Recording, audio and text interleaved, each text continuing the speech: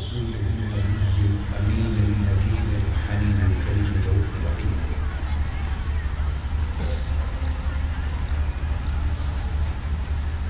أما بعد،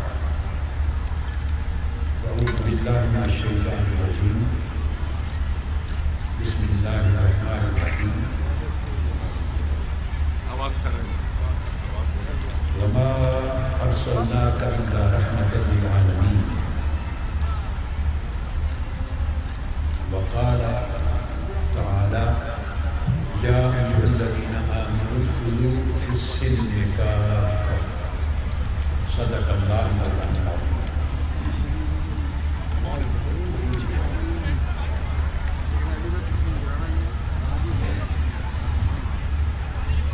محترم مشائخ اعظام، علماء کرام،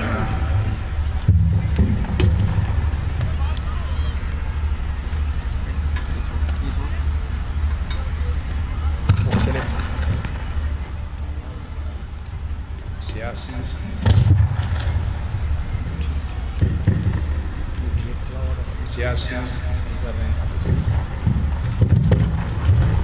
اور مذہبی جماعتوں کے معزز قائدین، نمائندگان،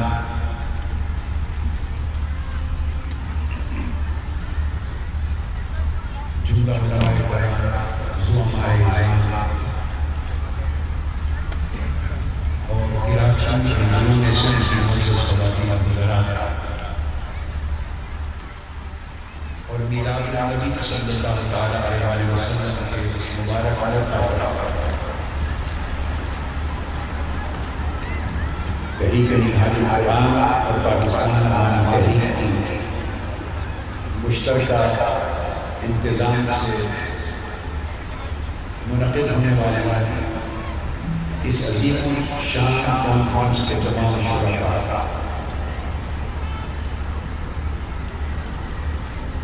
ان سب کو دل کی اتھا گہرائیوں سے خوش آمدید بھی کہتا ہے، اور اس میلاد مصطفیٰ صلی اللہ علیہ وسلم کی مناسبت سے مبارک محفل میں شرکت کی مبارکباد بھی دیتا ہے۔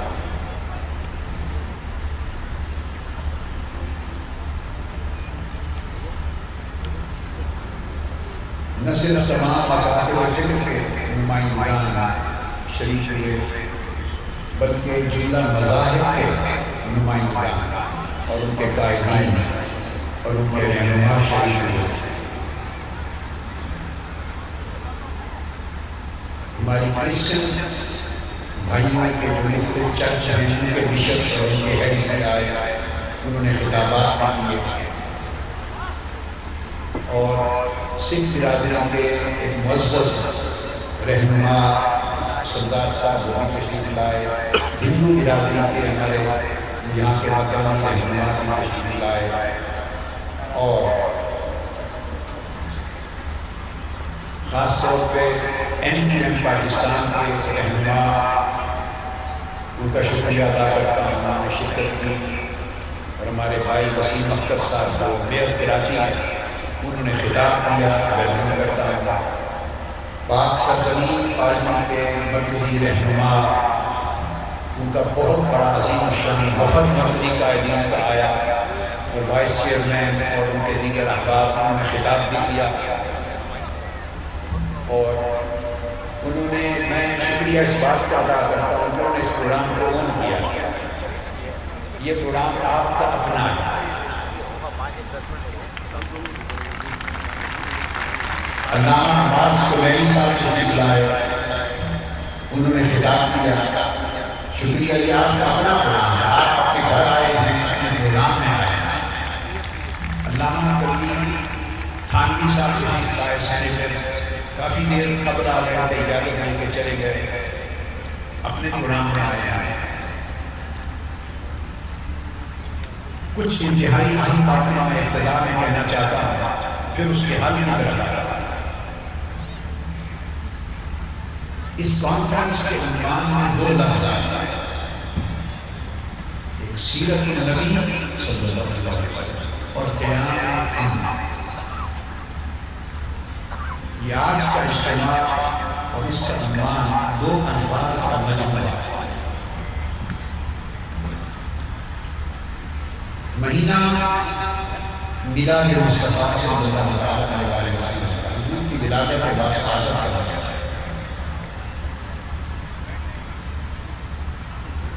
ایک عنوان حضور علیہ السلام کی سیرت طیبہ کو اللہ رب العزت نے دیا، سیرت النبی کو ایک عنوان حاصل ہے، اور ایک عنوان اسلام کو دیا گیا۔ سیرت النبی کا عنوان قرآن مجید میں یہ ہے کہ میں نے تلاوت کی آیت ہے، میں وَمَا أَرْسَلْنَاكَ إِلَّا رَحْمَةً لِلْعَالَمِينَ۔ حضور علیہ السلام کی سیرت طیبہ سراسر رحمت ہے، رحمت ہے، شفقت ہے، محبت ہے، عنایت ہے، نرمی ہے، انسانی جوڑنا ہے، سنبھالنا ہے، کمزوروں کو اونچا کرنا ہے، گرے ہوئوں کو اٹھانا ہے، محروموں کو دینا ہے۔ یہ آقا علیہ السلام کی سیرت طیبہ کا عنوان، رحمت للعالمین۔ پھر اللہ رب العزت نے اسلام کو جو عنوان دیا وہ آئے بھی میں نے تلاوت کی، یا ایھا الذین آمنوا ادخلوا فی السلم کافہ۔ اسلام کا عنوان ہے امن اور سلامتی۔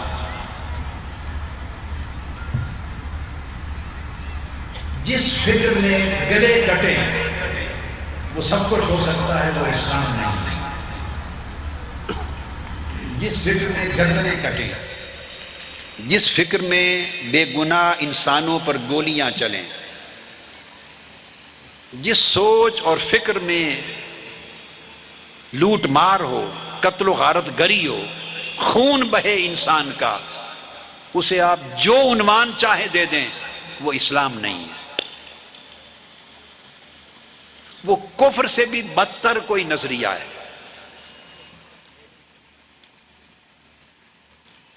یہ دو چیزیں ہیں، اس لیے اس کانفرنس کا عنوان رکھا سیرت النبی صلی اللہ علیہ وآلہ وسلم اور قیام امن۔ اب یہ عنوان 12 ربیع الاول کی رات ایک بہت بڑی عظیم الشان، آپ کو معلوم ہے، سالانہ اجتماع اور کانفرنس مینار پاکستان پر لاہور میں بھی ہوتا ہے، مگر یہ عنوان وہاں کے لیے نہیں رکھا میں نے۔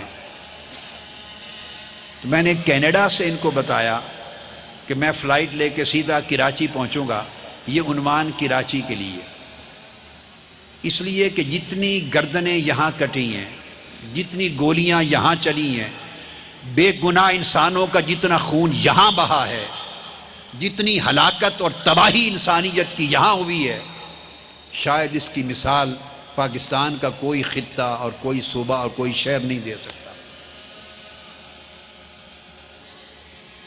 اور یہ وہ کراچی ہے جو پورے پاکستان کو پالتا ہے۔ پالنے والے شہر کا گلا کاٹا جا رہا ہے، جو پورے پاکستان کے رگ و ریشے میں، رگوں میں خون دوڑاتا ہے، جو پاکستان کی زندگی اور تازگی کے لیے خون مہیا کرتا ہے، اس کا اپنا خون بہایا جا رہا ہے عرصہ دراز سے۔ اور ظلم یہ ہے کہ کچھ خبر نہیں ہے کہ وہ خون بہانے والا کون ہے، انسانیت کو قتل کرنے والا کون ہے، انسانیت کو بچانے والا کون ہے۔ یہ ظلم پر ظلم ہے۔ کیا کھیل ہو رہا ہے اس قوم کے ساتھ۔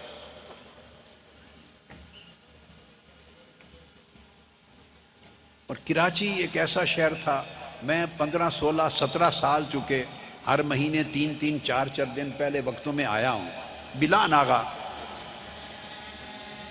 تو میر تقی میر کا شعر مجھے یاد آتا ہے، دلی کے لیے کہا تھا، اور وہ مصداق تھا اس کا کراچی۔ دلی جو ایک شہر تھا عالم میں روزگار، بستے تھے جہاں منتخب روزگار کے، اس کو فلک نے لوٹ کر ویران کر دیا، ہم بسنے والے ہیں اسی اجڑے دیار کے۔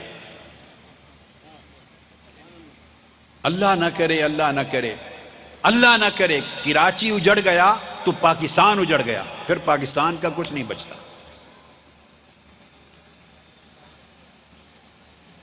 میں سمجھتا ہوں کراچی پاکستان کی شاہراہ ہے، پاکستان کو طاقت دینے والا ہے اور خود طاقت سے محروم ہے، پاکستان کو قوت دینے والا ہے، خود قوت سے محروم ہے، پاکستان کو امپاور کرنے والا ہے، خود پاور سے محروم ہے۔ کتنا ظلم ہے۔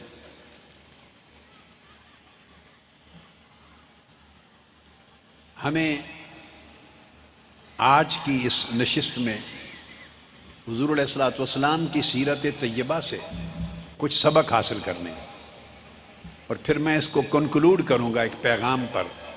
وہ راستہ انصاف اور عدل کے ساتھ ہمارے مسائل کا حل ہے۔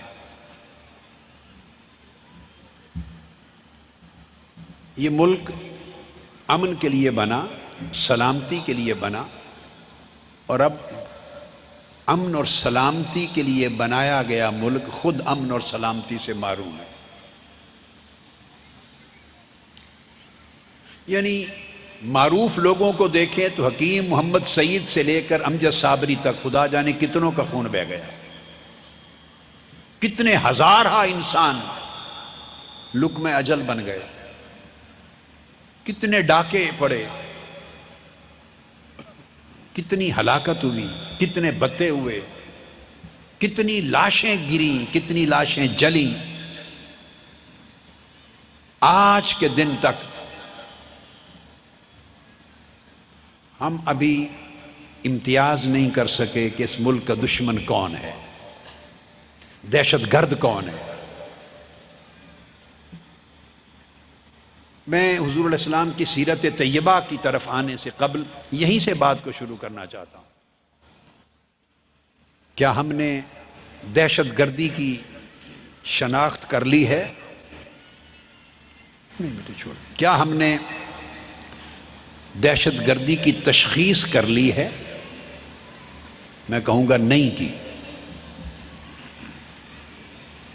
میں ایمفیٹیکلی کہہ رہا ہوں، زور دے کر نہیں کی۔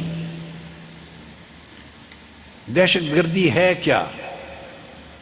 یاد رکھ لیں، یہ ایک انتہا پسندی سے جنم لیتی ہے۔ انتہا پسندی کیا ہے؟ یہ ایک نظریہ ہے۔ اس کے پیچھے مذہبی عوامل بھی ہیں، اس کے پیچھے سیاسی عوامل بھی ہیں، اس کے پیچھے معاشی عوامل بھی ہیں، اس کے پیچھے معاشرتی اور سماجی عوامل بھی ہیں، اس کے پیچھے علاقائی عوامل بھی ہیں، اس کے پیچھے بین الاقوامی عوامل بھی ہیں۔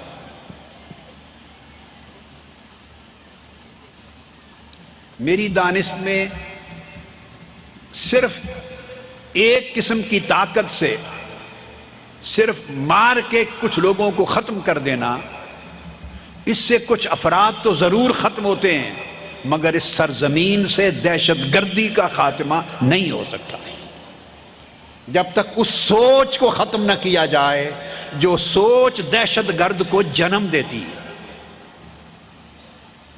جو سوچ انتہا پسندی کو جنم دیتی ہے، اور جس انتہا پسندی کی زمین سے دہشت گردی کا پودا اگتا ہے، پھر اس پہ پھل پھول لگتے ہیں۔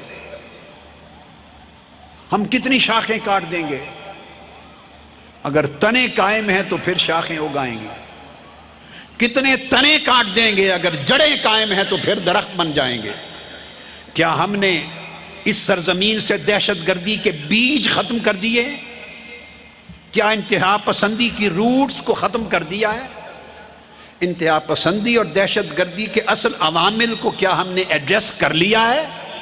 ایمانداری سے جب گلے میں جھانک کر ہم خود اس کا جواب لینا چاہیں گے تو جواب ہوگا نہیں۔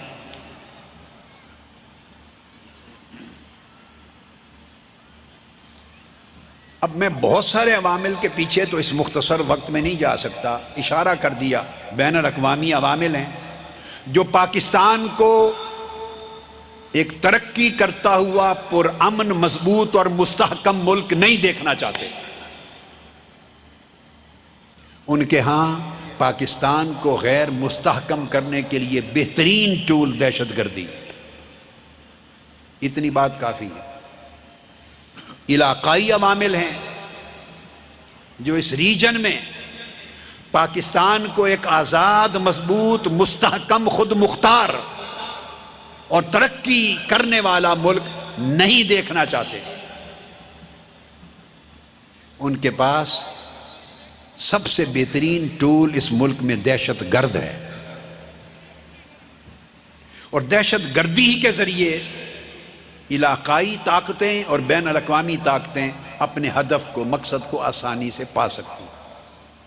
وہ ہو رہا ہے. پھر اس کے پیچھے سماجی عوامل بھی ہیں. معاشرے میں ناانصافیاں ہیں. ناانصافی انتہا پسندی کو جنم دیتی ہے.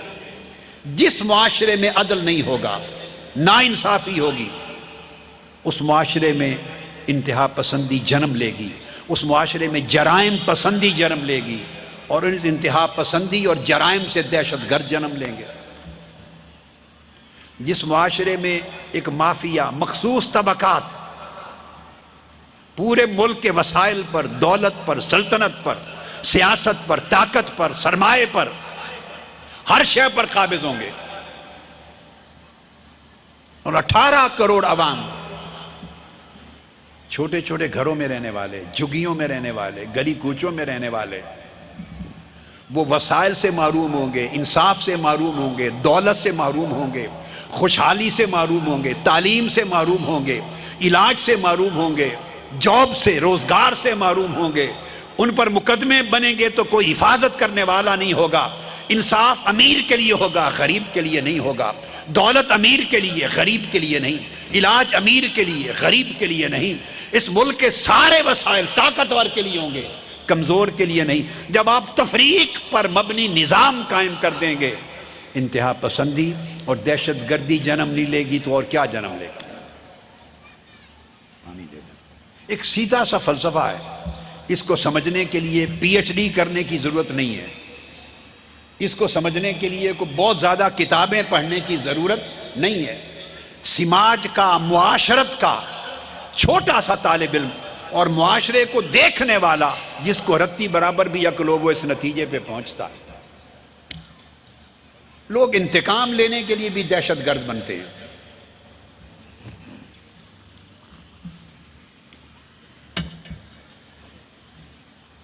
پھر اس کے پیچھے معاشی مالیاتی عوامل ہیں. جس گھر میں روٹی نہیں ہوگی، جس گھر میں چولہا نہیں جلے گا، جس گھر کے بچے ایم اے تک کر لیں، ایم بی بی ایس کر لیں، انجینئرنگ کر لیں، اس گھر کے لیے جاب نہیں ہوگا. جس گھر کو گھر والوں کو عزت نہیں ملے گی، انہیں روٹی چاہیے. خواہ دہشت گرد انہیں ماہانہ لگا دے، انہیں روٹی سے غرض ہے. دہشت گرد انہیں وظائف لگا دیں، ان کے بچوں کو اٹھا لیں، مسجد کے نام پہ لے جائیں، مدرسہ کے نام پہ لے جائیں، دین اور مذہب کے نام پہ ایکسپلائٹ کریں، جنت دکھائیں، حوریں دکھائیں، شہادت دکھائیں، برین واش کر دیں، سوسائٹی کا دشمن بنا دیں، فرقہ واریت میں ڈال دیں. بھلے جس راہ پہ ڈال دیں، انہیں روٹی چاہیے، انہیں پیسہ چاہیے. وہ دہشت گرد نہیں بنیں گے تو کیا بنیں گے؟ اتنی فیکٹریاں ہیں دہشت گردی کی، اتنی فیکٹریز ہیں، انڈسٹریز ہیں، دہشت گرد بنانے کے اتنے مواقع ہیں. بیرونی سرمایہ بھی خرچ ہو رہا ہے. اس لیے کرپشن کا ملک کے اندر اور دہشت گردی کا بڑا گٹھ جوڑ ہے. اس گٹھ جوڑ کو توڑنے کی بہت باتیں میں نے کانوں سے سنی اور ٹی وی کی اسکرین پہ بہت کچھ پڑھا، مگر شاید میرے علم میں کچھ کمی ہے. جو معنی میں سمجھتا رہا ہوں کہ دہشت گردی اور کرپشن کے گٹھ جوڑ کو توڑنا یوں ہے، میرے سمجھنے میں کوئی مغالطہ ہوا ہے. وہ گٹھ جوڑ توڑا نہیں گیا، وہ گٹھ جوڑ توڑا نہیں گیا. یہ سارے عوامل ہیں، ان پر آج ایک نشست میں گفتگو نہیں ہو سکتی۔ میں نے بلٹ پوائنٹس دے دیے ہیں۔ آج میں گفتگو جو آغاز کر رہا ہوں اس کے پیچھے ایک نظریاتی فیکٹر ہے، مذہبی اور نظریاتی فیکٹر ہے، انتہا پسندانہ سوچ، اس کو بھی ہم نے ابھی تک ایڈریس نہیں کیا۔ میں گفتگو کی ابتدا اس ایک فیکٹر پہ کرتا ہوں اور پھر اس کو کنیکٹ کرتا ہوں آقا علیہ السلام کی سیرت طیبہ نے جو حل دیا ہے ہمیں اس پر۔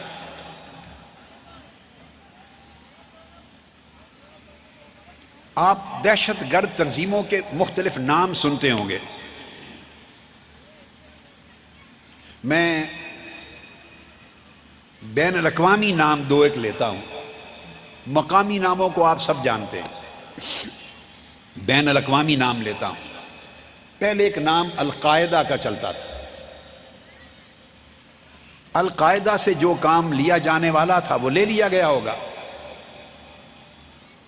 اس کو پھر نیپکن اور ٹیشو پیپر کی طرح ایک طرف کر دیا۔ اب اس کے بعد مارکیٹ میں داعش کا نام آ گیا۔ فکر ایک ہے، سوچ ایک ہے، آئیڈیالوجی ایک ہے، کردار ایک ہے، عنوان لباس بدل جاتے،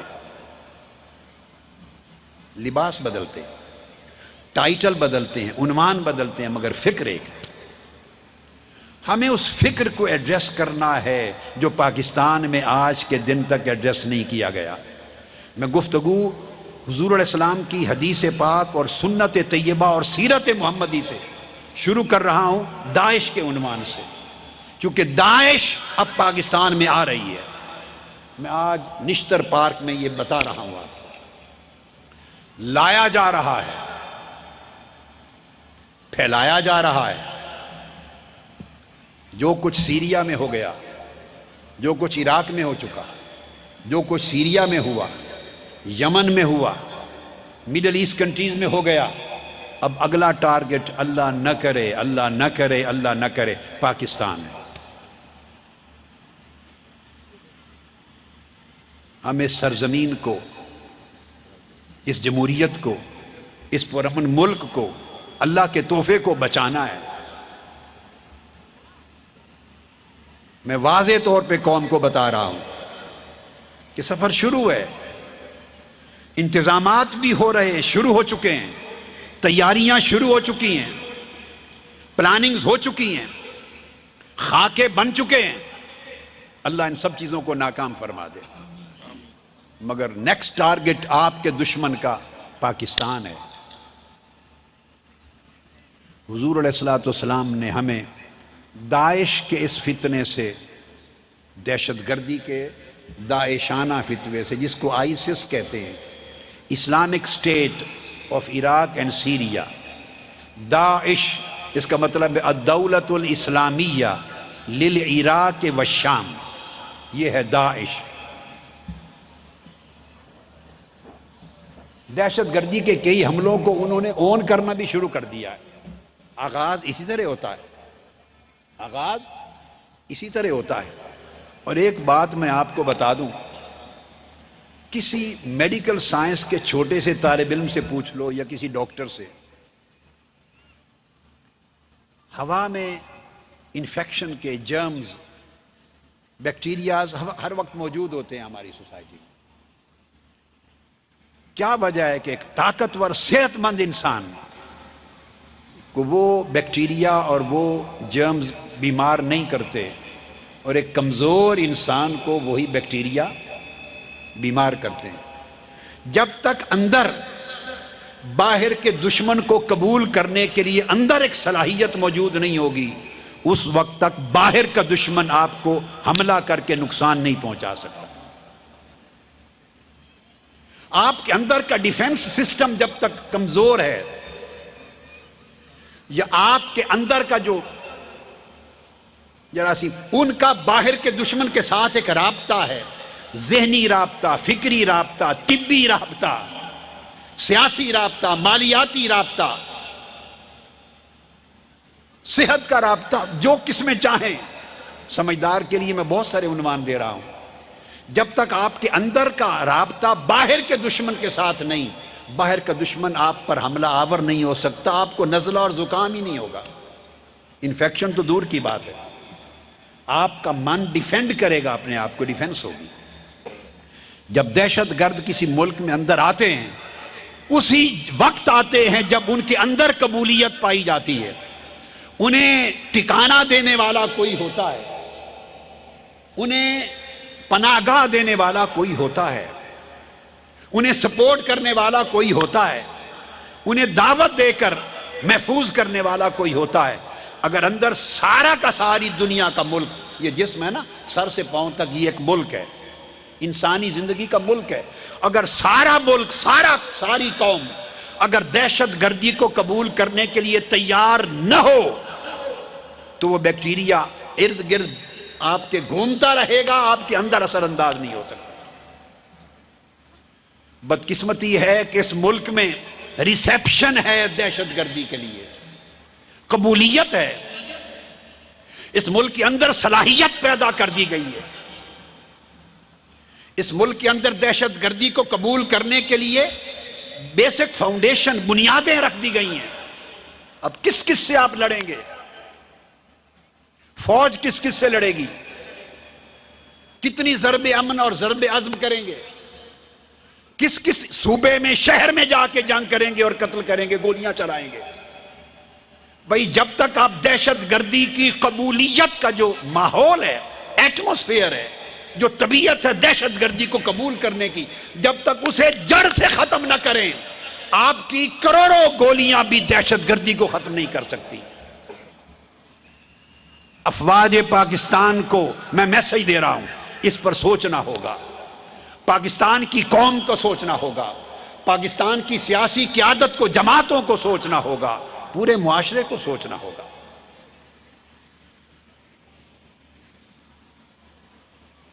داعش جس کو آئیسس کہتے ہیں،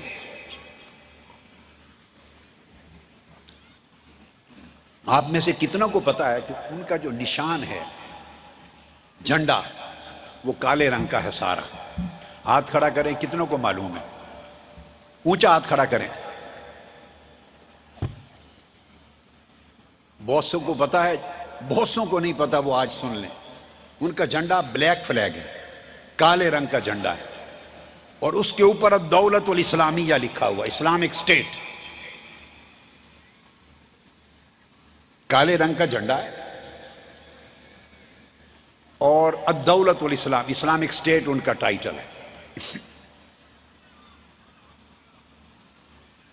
چونکہ سیرت النبی کی کانفرنس ہے قیام امن کے لیے، تو میں آقا علیہ السلام کا پیغام دینا چاہتا ہوں، آپ فخر کریں، اللہ نے ہمیں ایسے برگزیدہ اور اعلیٰ و اولیٰ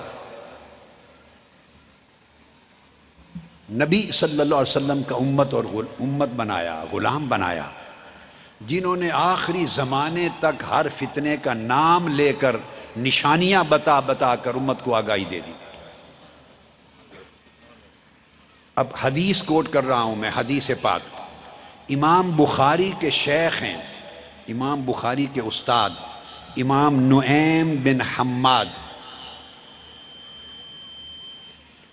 ان کی حدیث کی کتاب ہے، جس کا مطلب یہ ہے کہ آج کی کوئی تازہ فیبریکیٹڈ چیز کوٹ نہیں کر رہا، 1200 سال قبل یہ حدیث کی کتاب مرتب ہوئی، اس کا نام ہے کتاب الفتن۔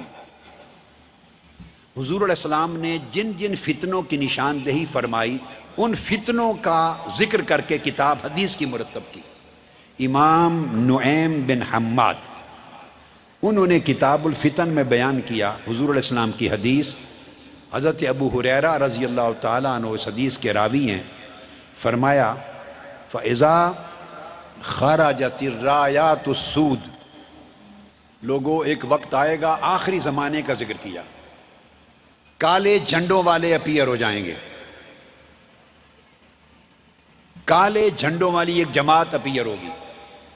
فرمایا جب بلیک فلیگز، کالے جھنڈوں والی جماعت اپیئر ہو، فَإِنَّ أَوَّلَهَا فِتْنَةٌ، اس کی ابتدا فتنہ ہوگا، وَأَوْسَطَهَا ضَلَالَةٌ، اس کا درمیان گمراہی ہوگی، وآخرہا کفر، اور اس کا اینڈ کفر پر ہوگا۔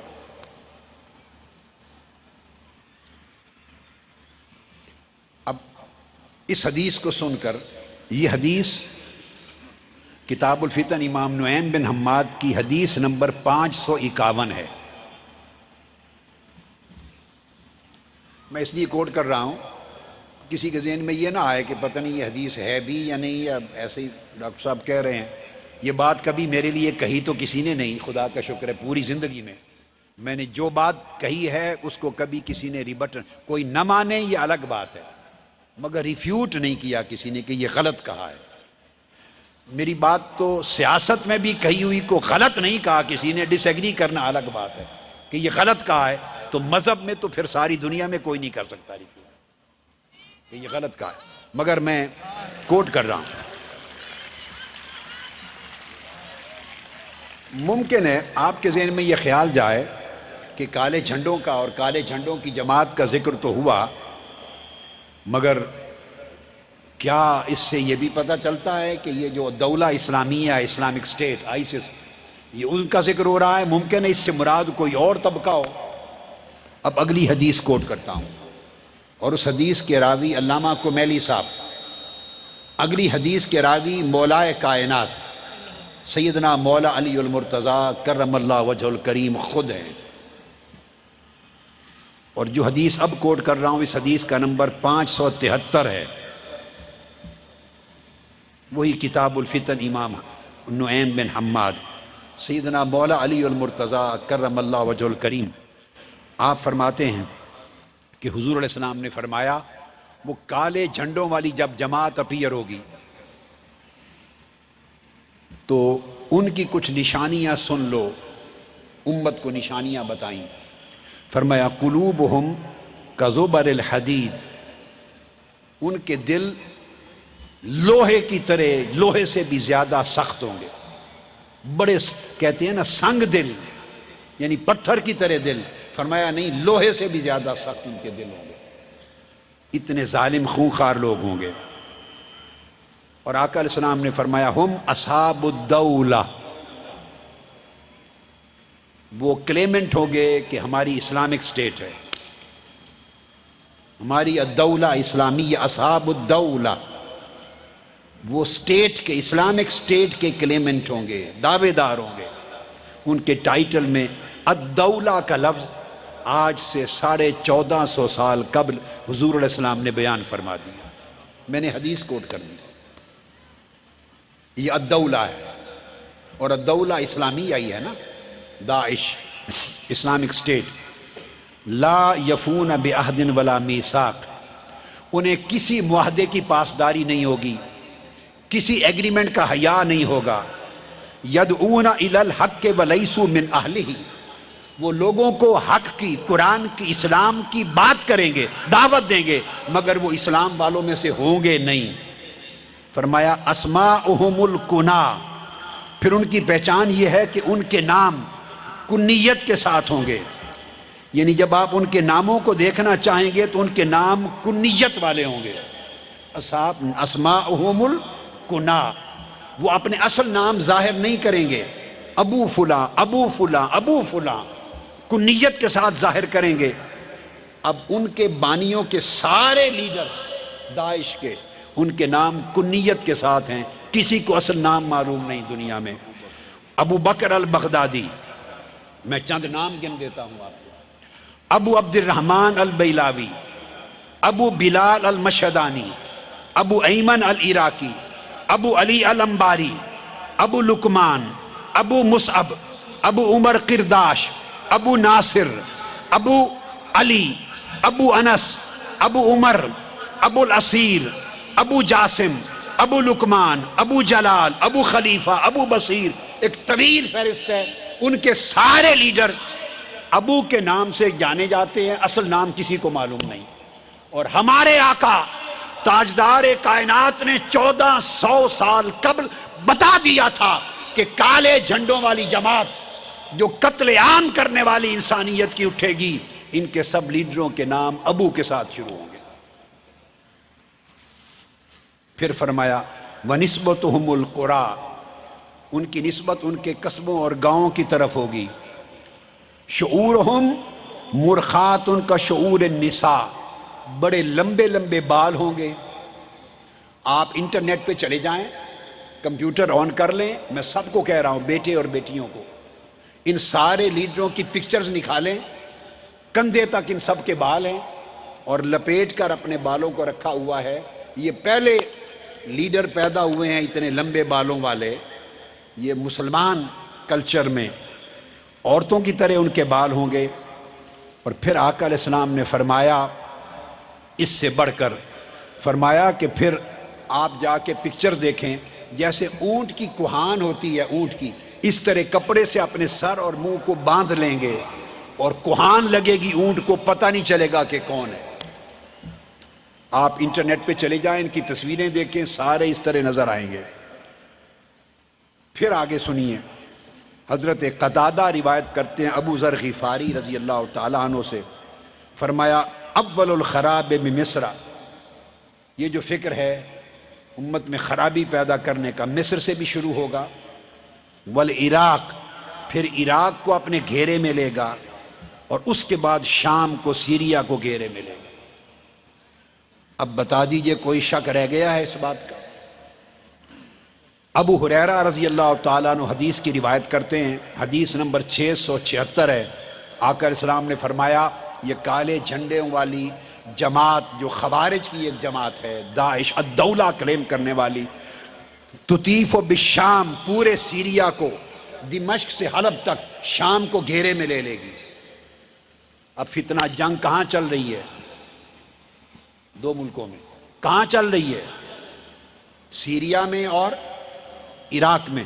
فرمایا تطیف بالشام، شام کو گھیرے میں لے لے گی، وتخشا بالعراق، اور پورے عراق کو اپنے احاطے میں لے لے گی یہ جنگ. آقا علیہ السلام نے شہروں کے نام بتا دیے، ملکوں کے نام بتا دیے. شام کو گھیرے میں لے گی، عراق کو گھیرے میں لے گی، مصر کو برباد کرے گی. اور پھر حضور علیہ السلام نے نشانیاں بیان کی، تمام احادیث کو جمع کر کے نشانیوں کو بریفلی کوٹ کر رہا ہوں. فرمایا کالے جھنڈے ہوں گے، لوہے کی طرح سخت دل ہوں گے، الدولہ اسلامک اسٹیٹ کا کلیم کرنے والے ہوں گے. ظہورہم من بادیۃ العراق و نواحیہا، ان کی اپیرنس عراق کے صحرائی علاقوں سے ہوگی. بادیۃ العراق، عراق کا جو ڈیزرٹ ایریا ہے، نواحی علاقہ اور صحرائی علاقہ، وہاں سے ایمرج کریں گے، پھر سیریا کو گھیرے میں لیں گے. اور فرمایا آقا علیہ السلام نے کہ ان کے سر اور بال اور چہرے کو یہ شکل دیں گے جیسے اونٹ کے کوہان ہوتی ہے، اس کو کپڑا پہنا دیا جاتا ہے. اور ان کا نعرہ ہوگا بکشن بکشن، کل دا پیپل کل دا پیپل، مارو مارو، قتل کرو قتل کرو. قتل ان کا نعرہ ہوگا، قتل ان کا نعرہ ہوگا. انسانی خون کو حلال سمجھیں گے، انسانی مال کو لوٹنا حلال سمجھیں گے، عزتوں کو لوٹنا حلال سمجھیں گے. العراق یعرق عرق العدیم، سارا عراق ان کی وجہ سے جنگ کی لپیٹ میں چلا جائے گا. عراق جنگ کی لپیٹ میں چلا جائے گا. یشق الشام و شق الشعر، اور شام کے اندر سول وار ہو جائے گی. یہ آقا علیہ السلام نے فرمایا سول وار ہو جائے گی ان کی وجہ سے شام کو. اور فرمایا ایک پولیٹیکل ٹرموائل ہوگا، پھر جزیرہ عرب یمن سمیت وہاں بھی فتنہ پھیل جائے گا. اور آقا علیہ السلام نے فرمایا اس کے بعد شام والے لوگ سیرین ہجرت کر کے ملک سے باہر دوسرے ملکوں کو منتقل ہونا شروع ہو جائیں گے. اخراج اہل الشام منہا، شام کے لوگ اپنے ملک سے ہجرت کر کے دوسرے ملکوں میں منتقل ہو جائیں گے. اب میں نے اس وقت تک سارا مضمون آقا علیہ السلام کی احادیث کا بیان کیا. اس کے بعد کوئی شک رہ جاتا ہے کہ حضور علیہ السلام نے نشاندہی صحیح نہیں فرمائی. ہمارے پیغمبر نے، ہمارے آقا نے نشاندہی کر دی ہے، صحیح کر دی ہے، مگر ہم اس نشاندہی کو قبول کرنے کے لیے تیار نہیں. یہاں لوگ بیٹھے ہیں، ایسے لوگ ہیں جنہوں نے صرف ٹائٹل بدلنا ہے، ایک امبریلا ٹائٹل لے لینا ہے۔ خدا کے لیے اس وقت سے ڈرو جب پاکستان میں ایک نئی دہشت گردی کی اور قتل و غارت گری کی لہر آ جائے۔ ابھی پہلی ختم نہیں ہوئی، پھر ملک دوبارہ اس سے زیادہ تباہ کن اور ہلاکت انگیز دہشت گردی کی لپیٹ میں نہ چلا جائے۔ آج کراچی کے نشتر پارک سے میں نے یہ میسج آپ کو پہنچا دیا، پورے ملک کو پہنچا دیا۔ اب اس کا علاج ہمیں بیٹھ کر اپنی سوچوں کو بدلنا ہوگا۔ بیٹے کوئی چیز رکھ نہیں باری، اپنی سوچوں کو بدلنا ہوگا۔ جب تک ہم اپنی مینٹیلٹی نہیں بدلتے اور ہم ریئلائز نہیں کرتے کہ ہم دہشت گردوں کے ہاتھ گروی رکھے جا رہے ہیں، پورا ملک دہشت گردوں کے ہاتھ گروی رکھا جا رہا ہے۔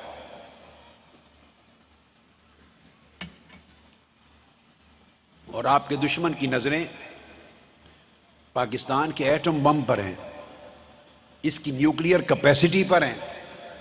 یہ سارے راستے اور گلیاں کوچے اس طرف جا رہے ہیں، پاکستان کو ڈی نیوکلرائز کرنے کی طرف۔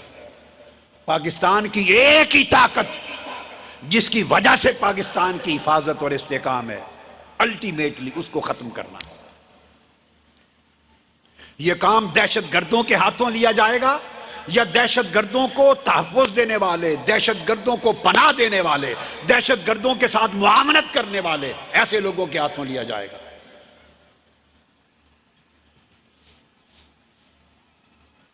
اس تباہی سے اور ہلاکت سے بچنے کا ایک ہی راستہ ہے، گرم پانی کا۔ ایک ہی راستہ ہے گرم پانی، وہ یہ کہ آقا علیہ السلام نے اپنی سیرت طیبہ میں، اپنے دین کے ذریعے، اپنی سنت مبارکہ کے ذریعے، اپنے کردار کے ذریعے، اپنی تعلیمات کے ذریعے جو راستہ ہمیں دکھایا ہے، ہم اس راہ پہ چل پڑیں، اس آئیڈیالوجی کو اڈاپٹ کر لیں۔ حجت الوداع کا موقع ہے۔ حضور علیہ السلام صحیح بخاری اور صحیح مسلم کی متفق علیہ حدیث، عرفات سے حج ادا فرما کے مینا تشریف لائے۔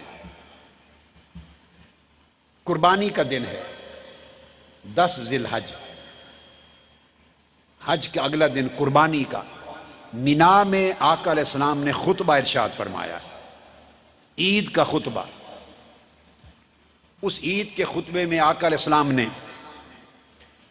صحابہ کرام 1.25 لاکھ کے قریب صحابہ کا اجتماع ہے، پوچھا ایو یوم ھذا، پوچھا بتاؤ آج کون سا دن ہے؟ صحابہ کرام نے کہا اللہ اور اللہ کے رسول بہتر جانتا ہے۔ جواب نہیں دیا۔ فرمایا کیا آج حج کا دن نہیں ہے؟ یوم النحر یعنی حج کی قربانی کا دن نہیں ہے؟ قربانی کا دن۔ صحابہ نے عرض کیا یا رسول اللہ جی ہاں۔ پھر آقا علیہ السلام نے پوچھا ایو شہر ھذا، بولو یہ کون سا مہینہ ہے؟ انہوں نے کہا اللہ اس کے رسول بہتر جانتا ہے۔ فرمایا کیا حج کا مہینہ نہیں ہے؟ عرض کیا جی ہاں یا رسول اللہ، ذی الحجہ ہے۔ پھر کعبہ شریف کی طرف ہاتھ اٹھایا، اشارہ کیا مکہ معظمہ کی طرف، فرمایا ایو بلد ھذا، یہ شہر کون سا شہر ہے؟ سب کو معلوم ہے۔ اب میں اس کی حکمت سمجھاتا ہوں کیوں، سب کو معلوم ہے، مگر صحابہ کرام خاموش تھے، وہ معلوم کرنا چاہتے تھے کہ آقا کا منشا کیا ہے۔ عرض کیا اللہ اس کے رسول بہتر جانتا ہے۔ فرمایا یہ مکہ نہیں ہے بلد حرام؟ جی ہاں یا رسول اللہ مکہ معظمہ ہے۔ اب آگے جا کے میسج دیا آقا علیہ السلام نے، اور ان تینوں چیزوں کو گواہ بنانا چاہتے تھے۔ فرمایا آج کون سا دن ہے؟ حج کے بعد قربانی کا دن ہے، دن تو گواہ ہو جا۔ کون سا مہینہ ہے؟ حج کا مہینہ، تو گواہ ہو جا۔ یہ کعبۃ اللہ کا شہر کون سا شہر ہے؟ تو گواہ ہو جا۔ یا رسول اللہ کس چیز پر کعبہ گواہ ہو جائے؟ کس چیز پر حج کا مہینہ گواہ ہو جائے؟ کس چیز پر آج یوم الاضحیٰ گواہ ہو جائے؟ یہ گواہیاں دلا کر فرمایا میری اس بات پر ہر کوئی گواہ ہو جائے۔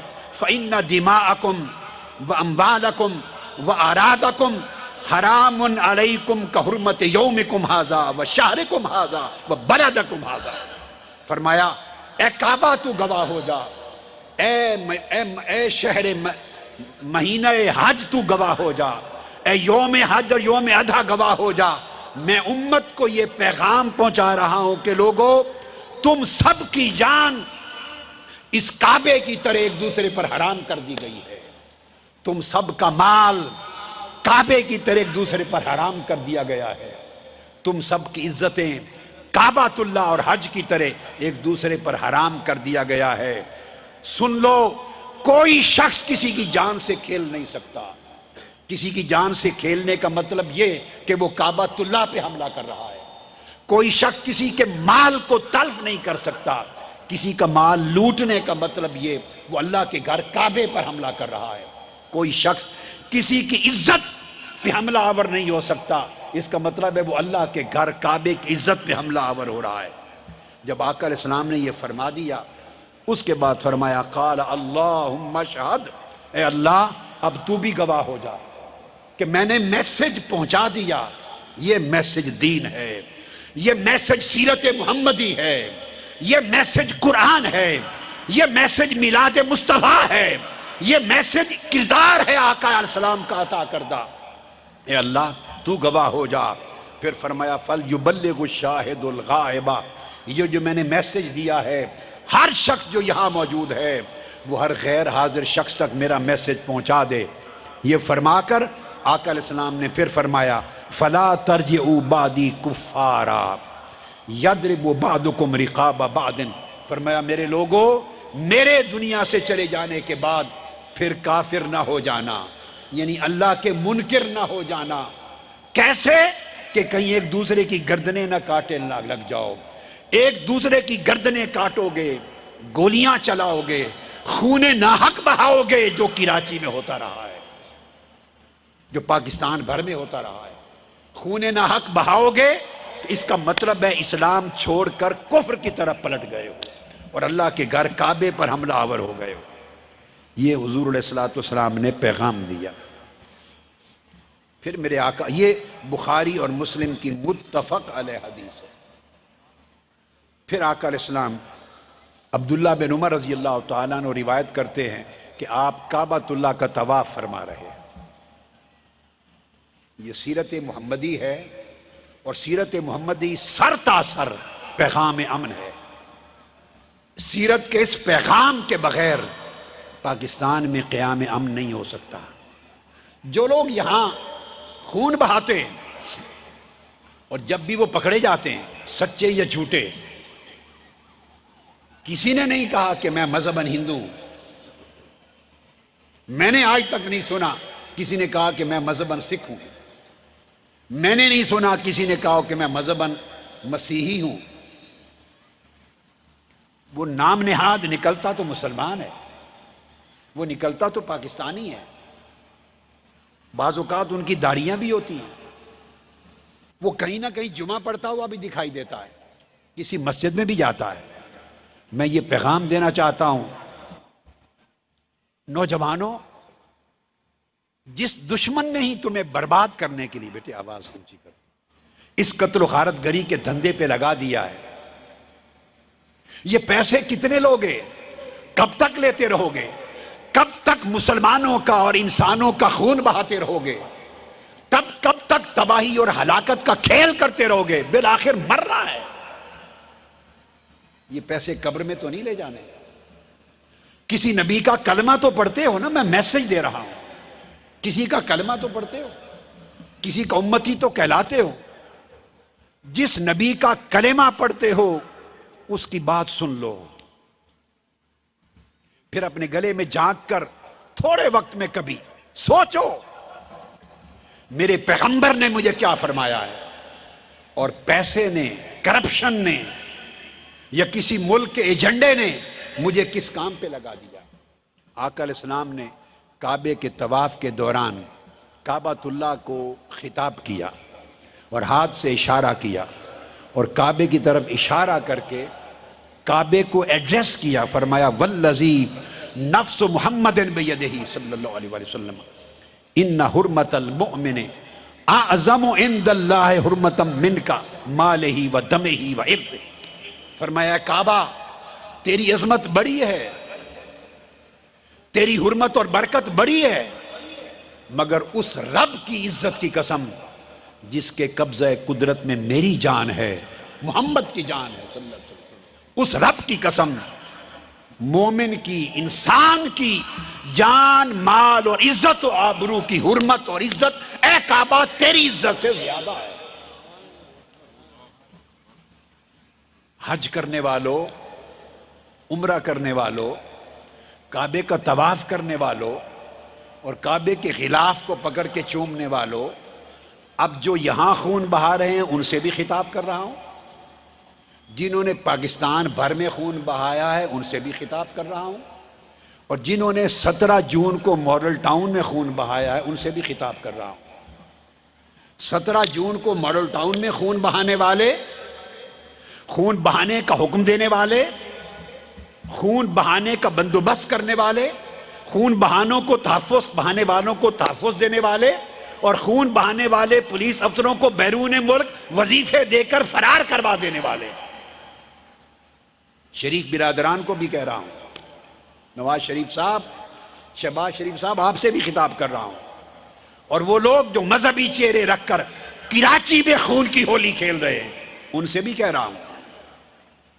وہ جماعتیں مذہب کا لبادہ اوڑھتی ہیں یا نہیں اوڑھتی غرض نہیں، ہر ایک سے جو کلمہ پڑھتا ہے. اور شریف برادران، حج کرنے جاتے ہیں آپ، اس لمحے کو یاد کرو جب کعبے کا غلاف تھامتے ہیں اور حجر اسود پہ کھڑے ہو کے کعبے کو چومتے ہیں. ارے کاہے کو چومنا اس کعبے کو؟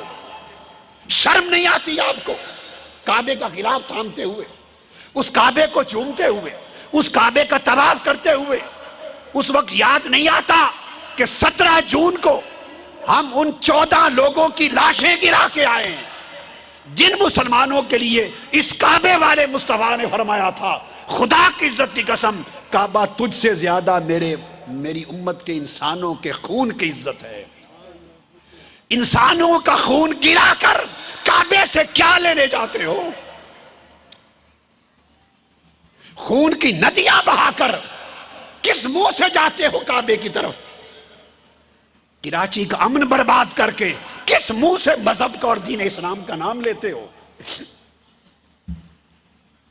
کوئٹہ میں مسلکی اختلاف ہے، اہل تشیع کو 100 کے قریب کئی بار گولیوں سے بھون کر لاشیں گرا کر کس منہ سے کعبہ دیکھنے جاتے ہو؟ کس منہ سے اسلام کا نام لیتے ہو؟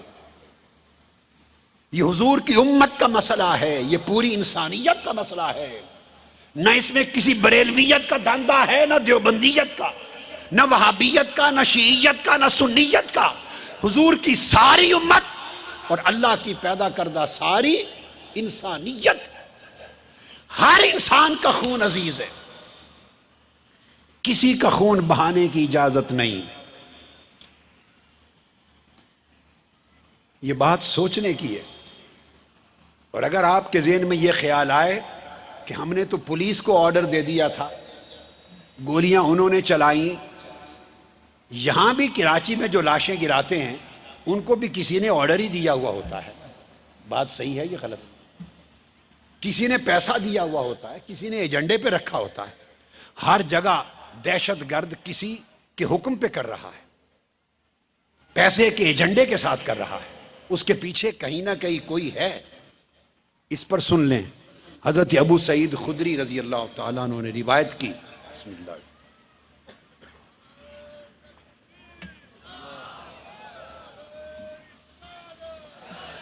اور حضرت ابو ہریرہ رضی اللہ تعالیٰ عنہ، آقا علیہ السلام نے فرمایا لو ان اہل السماء والارض اشترکوا فی دم مؤمن لعقبہم اللہ فی النار. اگر زمین و آسمان کے سارے لوگ مل کر کسی ایک قاتل کو بھی سپورٹ کر دینا، قتل ایک شخص کرے اور اس ایک قاتل کے پیچھے زمین و آسمان کی ساری مخلوق ہو، تو فرمایا میں زمین و آسمان کی ساری مخلوق کو دوزخ میں ڈال دوں گا، صرف ایک قتل کرنے والے کو نہیں. یہ 10 20 50 100 کی بات بھی نہیں، ہزاروں لاکھوں لوگ بھی اگر قاتل کی معاونت کرنے والے ہیں، قاتل کو آرڈر دینے والے ہیں، قاتل کو راستہ دکھانے والے ہیں، قاتل کو تحفظ دینے والے ہیں، قاتل کو سپورٹ کرنے والے ہیں، فرمایا اگر وہ زمین و آسمان سے بھی پورے بھر جائیں ایسی مخلوق، میں ساروں کو جہنم میں ڈال دوں گا. یہ آقا علیہ السلام نے فرمایا. اور حضرت عبداللہ بن عمر رضی اللہ تعالیٰ عنہ روایت کرتے ہیں، حضور علیہ السلام نے فرمایا لَزَوَالُ الدُّنْيَا أَحْوَنُ عَلَى اللَّهِ مِنْ قَتْلِ رَجُلٍ مُسْلِمٍ. ایک شخص کا قتل کرنا اللہ کے نزدیک ساری کائنات کو ختم کر دینے سے بڑا گناہ ہے.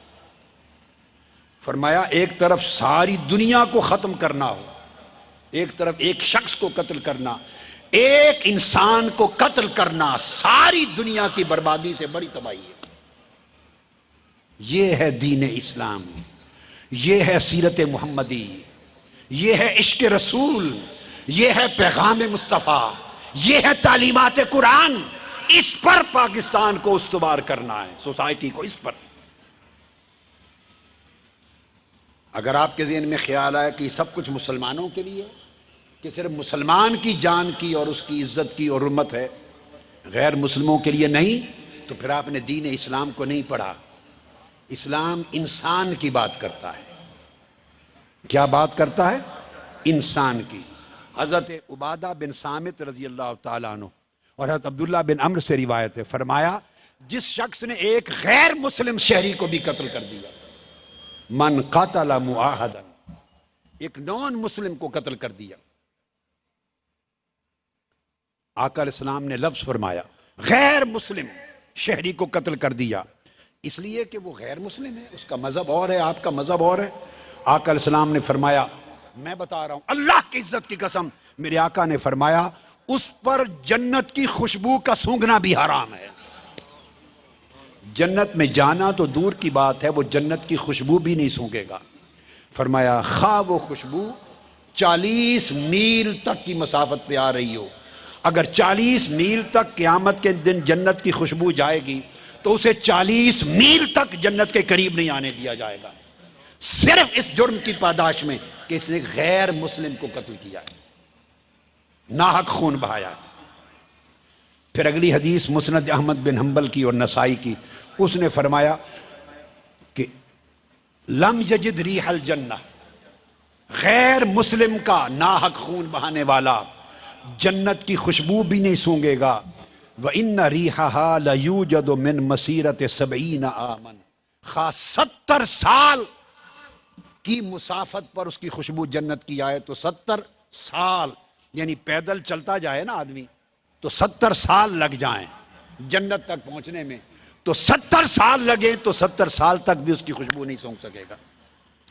پھر اگلی حدیث میں آقا علیہ السلام نے فرمایا لَيُوجَدُ مِن مَسِيرَةِ 100 عَامٍ، اگر 100 سال تک کی پیدل مسافت کے فاصلے تک جنت کی خوشبو جائے، 100 سال کی مسافت تک، وہاں تک بھی سونگنے نہیں دیا جائے گا. کیوں؟ اس نے غیر مسلم کا ناحق خون بہایا ہے.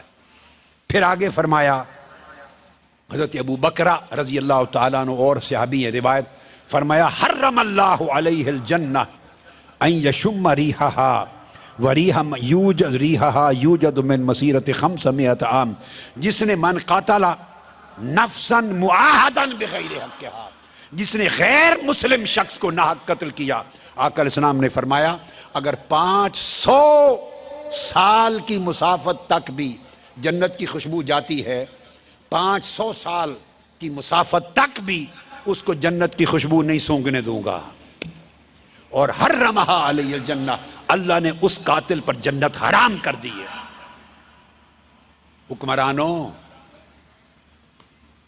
سلطنت شریفیہ کے بادشاہو، شہنشاہو، قاتلو، ظالمو، جابرو، غاصبو، لٹیرو، تم نے یہ تو اللہ کے رسول نے غیر مسلم کا ناحق خون بہانے والے پر جنت حرام کر دی ہے، تم نے تو کلمہ پڑھنے والے 14 کی لاشیں گرائی ہیں ماڈل ٹاؤن میں.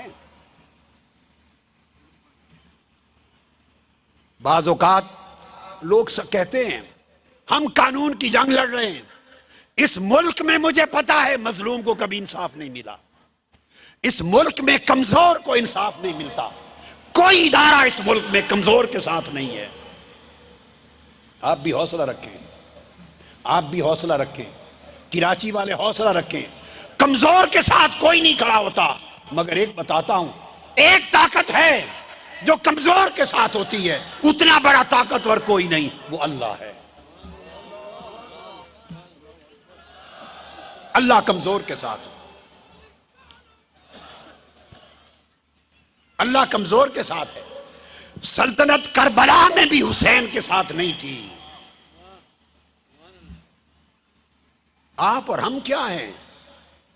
ہماری حیثیت کیا ہے؟ وہ تاجدار کائنات کے شانوں پر کندھوں پر بیٹھنے والے شہزادے, وہ آقا کی زبان چوسنے والے شہزادے, حضور کو اپنی سواری بنانے والے شہزادے, جنت کے جوانوں کے سردار ہونے والے شہزادے, امام حسین, امام علی مقام اور شہزادیاں, ان سے بڑھ کر کائنات انسانی میں کس کی عزت و حرمت ہوگی؟ سلطنت ان کے ساتھ نہیں تھی, کوئی ادارہ ان کے ساتھ نہیں تھا. وہ شہید ہو رہے تھے, گھوڑوں کے پاؤں کے نیچے ان کے مقدس لاشیں پامال ہو رہے تھے, نیزوں پر ان کے مقدس سر قرآن کی تلاوت کرتے ہوئے ملک شام کی طرف لے جائے جا رہے تھے. دنیا نہیں دیکھ رہی تھی کہ یہ حسین ابن مصطفیٰ ہے, حسین ابن علی ہے, حسین ابن نبی ہے, مگر ان کے ساتھ خدا تھا. آج بھی ہر کمزور کے ساتھ حسین بھی ہے, حسین کا نانا بھی ہے, اور حسین کے نانے کا خدا بھی ہے. ہر مظلوم کے ساتھ, ہر کمزور کے ساتھ, ہر شہید کے ساتھ. یہ سودے سلطنتوں کے تعاون سے نہیں ہوتے, حق کی اپنی طاقت ہے. صرف ضمیر نبی کے, نظریہ نبی کے, کردار نبی کے. کھڑے رہو, کھڑے رہو. فتح بالآخر حق کی ہوتی ہے. آج بھی دنیا کہتی ہے قتل حسین اصل میں مرگ یزید ہے. اسلام زندہ ہوتا ہے ہر کربلا کے بعد. تو کربلا کو جب دیکھیں تو ظاہراً تو وہ شہید ہو گئے, اور یزید تخت پہ بیٹھا رہا, مگر تخت پہ بیٹھ کر بھی وہ شکست خوردہ ہوا, اور نیزوں پہ چڑھ کے بھی حسین فتح یاب ہوا. ہمارے ہاں تعریف فتح یابی اور ناکامی کی یہ ہے, ہم اس وجہ سے کامیاب ہیں کہ ہم حسینی ہیں, اور تم اس وجہ سے نامراد اور ناکام ہو کہ تم یزیدی ہو. تمہارا یزید کی طرز عمل پہ چلنا تمہیں برباد کرتا ہے. ہمارا حسین کی روش میں رہنا اور اسی پر جینا, اسی پہ مرنا ہمیں کامیاب و کامران کرتا ہے.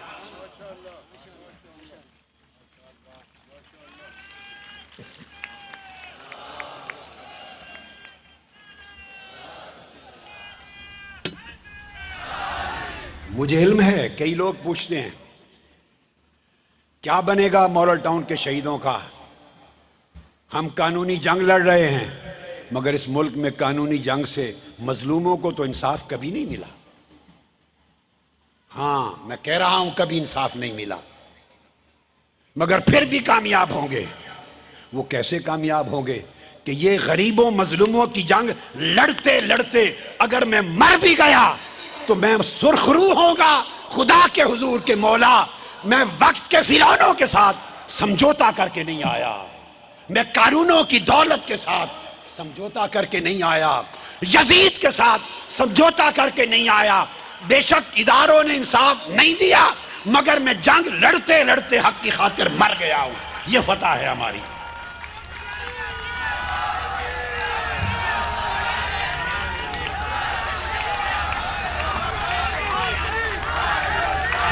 انشاءاللہ اسی طرح کی فتح کراچی کی بھی ہوگی. وقت آتے ہیں گزر جاتے ہیں, انشاءاللہ کراچی کو بھی اللہ فتح عطا کرے گا. جس دن کراچی کی سلامتی لوٹ آئے گی, بہار لوٹ آئے گی, کراچی کا اختیار کراچی کو دے دیا جائے گا, اس دن سمجھیں بہار کا فتح یابی کا وقت آ گیا. کوئی کتنی دیر روکے گا اس کو؟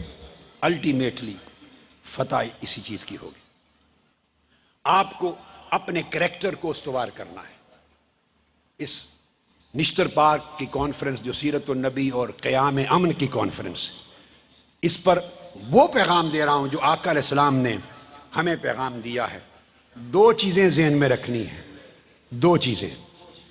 ایک ہیومینیٹیرین رہنا ہے، ہمیشہ انسانیت کے لیے کام کرنا، اور دوسرا کرپشن سے سمجھوتا نہیں کرنا. انسانیت کو نگاہ سے نہیں گرانا. انسانیت کے لیے جینا اور مرنا ہے. تاجدار کائنات ساری انسانیت کے لیے جینا. آقا علیہ السلام نے فرمایا، ابو ہریرہ رضی اللہ تعالیٰ عنہ راوی ہیں صحیح مسلم میں، فرمایا من نفس عن مؤمن کربتا من کرب الدنیا نفس اللہ عنہ کربتا من کرب یوم القیامہ. یہ کریکٹر دے رہا ہوں کہ اسلام ہے کیا. یہ دین اسلام خالی پوجا پاٹ کا مذہب نہیں ہے. یہ ایک فکر دیتا ہے، ایک کردار دیتا ہے، ایک موریلٹی کا معیار دیتا ہے، ایک انسانیت کی سوچ دیتا ہے. اگر وہ نہیں لی، ساری رسمیں کرتے پھرے، اس میں اسلام کی روح نہیں آئے گی آپ کو. آقا علیہ السلام نے فرمایا کہ جو شخص کسی ایک شخص کی ایک انسان کی دنیا کی پریشانیوں میں سے ایک پریشانی کو اپنی ایفرٹ کے ذریعے دور کر دے، اللہ پاک اس کے بدلے قیامت کے دن کی اس کی پریشانی کو دور کر دے گا. بڑا دے سیل فون، بڑا دے، یہ دے نا، قیامت کے دن کی پریشانی کو دور کر دے گا. ہیومینیٹیرین ہونا، اپنی سوچ میں انسانیت کو رکھنا، انسانیت کے لیے جینا، انسانیت کے لیے مرنا، انسانیت سے پیار کرنا، انسانیت کو عزت دینا، انسانیت کی پریشانی کو ختم کرنا، انسانیت کی راحت کے لیے، مسرت کے لیے، فرت کے لیے سٹرگل کرنا، یہ اسلام، یہ سیرت محمدی ہے. اور آقا علیہ السلام اس کا طریقہ کیا ہے؟ کسی کے پاس کھانے کا نہ ہو تو اپنے کھانے میں اس کو شریک کر لو، اپنا بھی دوسرے کو دو. یہ اسلام ہے. متفق علیہ حدیث ہے، بخاری اور مسلم کی. ابو موسیٰ اشعری رضی اللہ تعالیٰ عنہ روایت کرتے ہیں، فرمایا آقا علیہ السلام نے کہ ان الاشعریین، کہ جو اشعری قبیلہ ہے، صحابہ کرام کا ایک قبیلہ تھا انصار کا، فرمایا اذا قل طعام عیالہم بالمدینہ جمعوا ما كان عندهم في صوب واحد ثم اقتسموه في اناء واحد بالسویہ فهم منی وانا منهم. آقا علیہ السلام نے فرمایا کہ میرے صحابہ میں ایک قبیلہ ہے اشعری. آقا علیہ السلام نے فرمایا میں ان میں سے ہوں اور وہ مجھ میں سے ہیں. حالانکہ نہ وہ اہل بیت میں سے تھے، نہ وہ قریشی تھے، نہ ہاشمی تھے. وہ انصار کا ایک قبیلہ تھا اشعری، قبیلہ بھی. اور فرمایا ہم منی و انا منہم، وہ مجھ سے ہیں، میں ان سے ہوں. صحابہ کرام نے پوچھا یا رسول اللہ آپ ان سے کیسے ہو گئے اور وہ آپ سے کیسے بن گئے؟ آقا علیہ السلام نے فرمایا ان کا ایک کردار ہے، اس قبیلے کا، اس قبیلے کا ایک کنڈکٹ ہے، اس قبیلے کا ایک بیہیویئر ہے، اس قبیلے کا ایک کلچر ہے، اس قبیلے کی ایک ہیبٹ، ایک عادت ہے. اس سے مجھے اتنا پیار ہے کہ وہ قبیلہ مجھ سے ہے اور میں ان سے ہوں. پوچھا یا رسول اللہ وہ قبیلہ کیا کرتا ہے؟ فرمایا جب ان میں سے کچھ لوگوں کا کھانا ختم ہو جاتا ہے اور کچھ لوگوں کا رہ جاتا ہے تو وہ سارا کھانا پینا، گندم، چاول، دال، گھی، دودھ، کھجور، جو کچھ ہوتا ہے اکٹھا ایک کپڑے میں جمع کر لیتے ہیں اور ایک برتن لے کے سب میں برابر تقسیم کر دیتے ہیں تاکہ کوئی بھوکا نہ رہے. وہ سارا کچھ برابری سے جب دوسروں میں بانٹ دیتے ہیں، فرمایا اللہ کی عزت کی قسم ان کے اس عمل کی وجہ سے وہ مجھ سے ہیں اور میں ان سے ہوں. یہ ہے اسلام. یہ ہے سیرت محمدی صلی اللہ علیہ وآلہ وسلم، یہ سیرت محمدی، اور اس کردار کو، سوچ کو اپنائیں گے تو امن کا قیام ہوگا۔ جب آپ اپنا مال بھی دوسرے کو کھلائیں تو دوسرے کو لوٹیں گے کیسے؟ یہاں تو بدقسمتی یہ ہے کہ جو پاکستان کے لیڈر ہیں وہ سارا ملک لوٹ کے کھا گئے ہیں۔ اتنا لوٹا ہے قطرہ قطرہ قطرہ کر کے کہ لوگ تو قطرے قطرے سے دریا بناتے ہیں، انہوں نے سمندر بنا دیے، قطروں سے سمندر بنا دیے اور قطروں سے اربوں بنا لیے، اربوں۔ تو ان اربوں کو بچانے کے لیے پھر عرب ہی آئیں گے نا۔ اربوں کی حفاظت بھی اربوں کے ذریعے ہوگی، چھوٹا موٹا تو کوئی کر نہیں سکتا نا حفاظت، چھوٹا موٹا نہیں کر سکتا۔ اور قطرہ قطرہ کر کے چونکہ ارب بنائے ہیں تو اب اس قطرے قطرے کی حفاظت کے لیے قطری ہی آئیں گے نا۔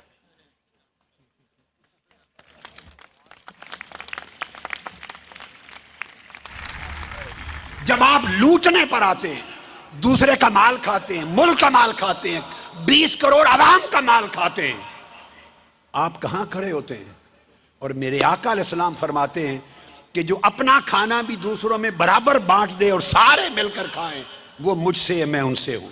وہ کہاں کھڑے ہیں؟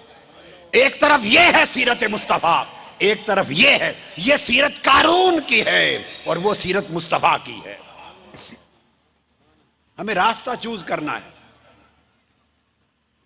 کرپشن کا راستہ اسلام کا راستہ نہیں ہے۔ آقا علیہ السلام نے فرمایا، صحیح مسلم میں حدیث ہے، من کان عندہ فضل زاد فلیعد بہ علی من لا زاد لہ ومن کان عندہ فضل ظہر فلیعد بہ علی من لا ظہر لہ۔ صحابہ کہتے ہیں حتی ظننا انہ لا حق لأحد منا فی الفضل۔ آقا علیہ السلام نے فرمایا صحابہ کرام سے، تم میں سے جس کے پاس ضرورت سے زائد سواری ہے وہ لوٹا دے، اسے لوٹا دے، جس کے پاس ضرورت کی سواری نہیں۔ تم میں سے جس کے پاس ضرورت سے زائد کھانا پینا ہے وہ لوٹا دے اسے، جس کے پاس ضرورت کا کھانا نہیں۔ صحابہ کرام نے سمجھا کہ ہم یہ گمان کرنے لگے کہ شاید ایک دانہ بھی آقا ضرورت سے زائد بچانے کی اجازت نہیں دینا چاہ رہے۔ حضور علیہ السلام کے لفظ پہ توجہ فرمایا، حکم فرمایا فَلْيَعُدْ بِهِ، یہ نہیں فرمایا جس کے پاس ضرورت سے زائد ہے وہ دے دے، اسے دے دے، جس کے پاس ضرورت کا نہیں۔ دینا نہیں فرمایا، اگر فرمائے نا دے دے تو دینے میں احسان کا تصور ہوتا ہے، جیسے آپ کسی پہ احسان کر رہے ہیں، اپنا ہے اس کو دے رہے ہیں، اپنا ہے اسے دے رہے ہیں، دینا اور چیز ہوتی ہے۔ مگر میرے مصطفیٰ نے، ہم سب کے آقا و مولا نے نہیں فرمایا کہ دے دے، فرمایا فَلْيَعُدْ بِهِ، لوٹا دے اسے، جس کے پاس ضرورت کا نہیں۔ سمجھانا، میسج دینا یہ مقصود تھا۔ جب معاشرے میں نا انصافی ہو جائے، معاشرے میں نا ہمواری ہو جائے، کچھ لوگ لوٹ لوٹ کے کھا جائیں اور وہ اربوں کھربوں کے مالک بن جائیں، اور کچھ لوگوں کو عزت کی روٹی نہ ملے، ان کو پانی نہ ملے، بجلی نہ ملے، آرام نہ ملے، پنکھا نہ ملے، روزگار نہ ملے، علاج نہ ملے، گولی نہ ملے، ہسپتال کا انتظام نہ ملے، زندگی دوبر ہو۔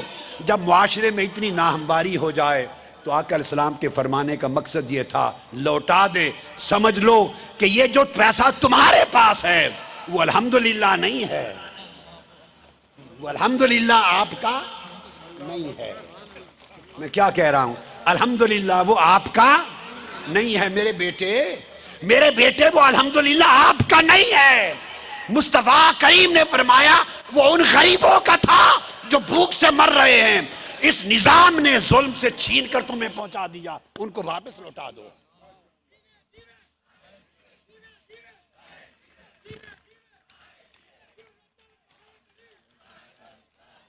آپ کو سمجھ آتی ہے الحمدللہ کی، ماشاء اللہ کی؟ سمجھ آتی ہے کہ آواز اونچی کرو بیٹے، سمجھ آتی؟ ہاتھ کھڑا کریں نا، کن کو سمجھ آتی؟ الحمدللہ یہ سب کچھ ہمارا ہے، اللہ کا فضل ہے، سب کچھ ہمارا ہے۔ سمجھ آتی ہے؟ نہیں۔ آقا علیہ السلام نے فرمایا فَلْيَعُدْ بِهِ، یہ سب کچھ تمہارا نہیں ہے، یہ تم نے لوٹا ہے۔ میں صحیح مسلم کی حدیث بتا رہا ہوں، تاجدار کائنات کا فرمان بتا رہا ہوں، آپ نے دیکھا اول جملے سے اب تک ایک بات بھی میں نے ریفرنس یا کوئی سالڈ اپنی طرف سے نہیں کی. کوئی کی ہے؟ ہر چیز تاجدار کائنات کی سنائی ہے آپ کو. میں نے سیرت محمدی بتائی ہے، فرمان رسول بتایا ہے، حدیث پاک بتائی ہے آقا علیہ السلام.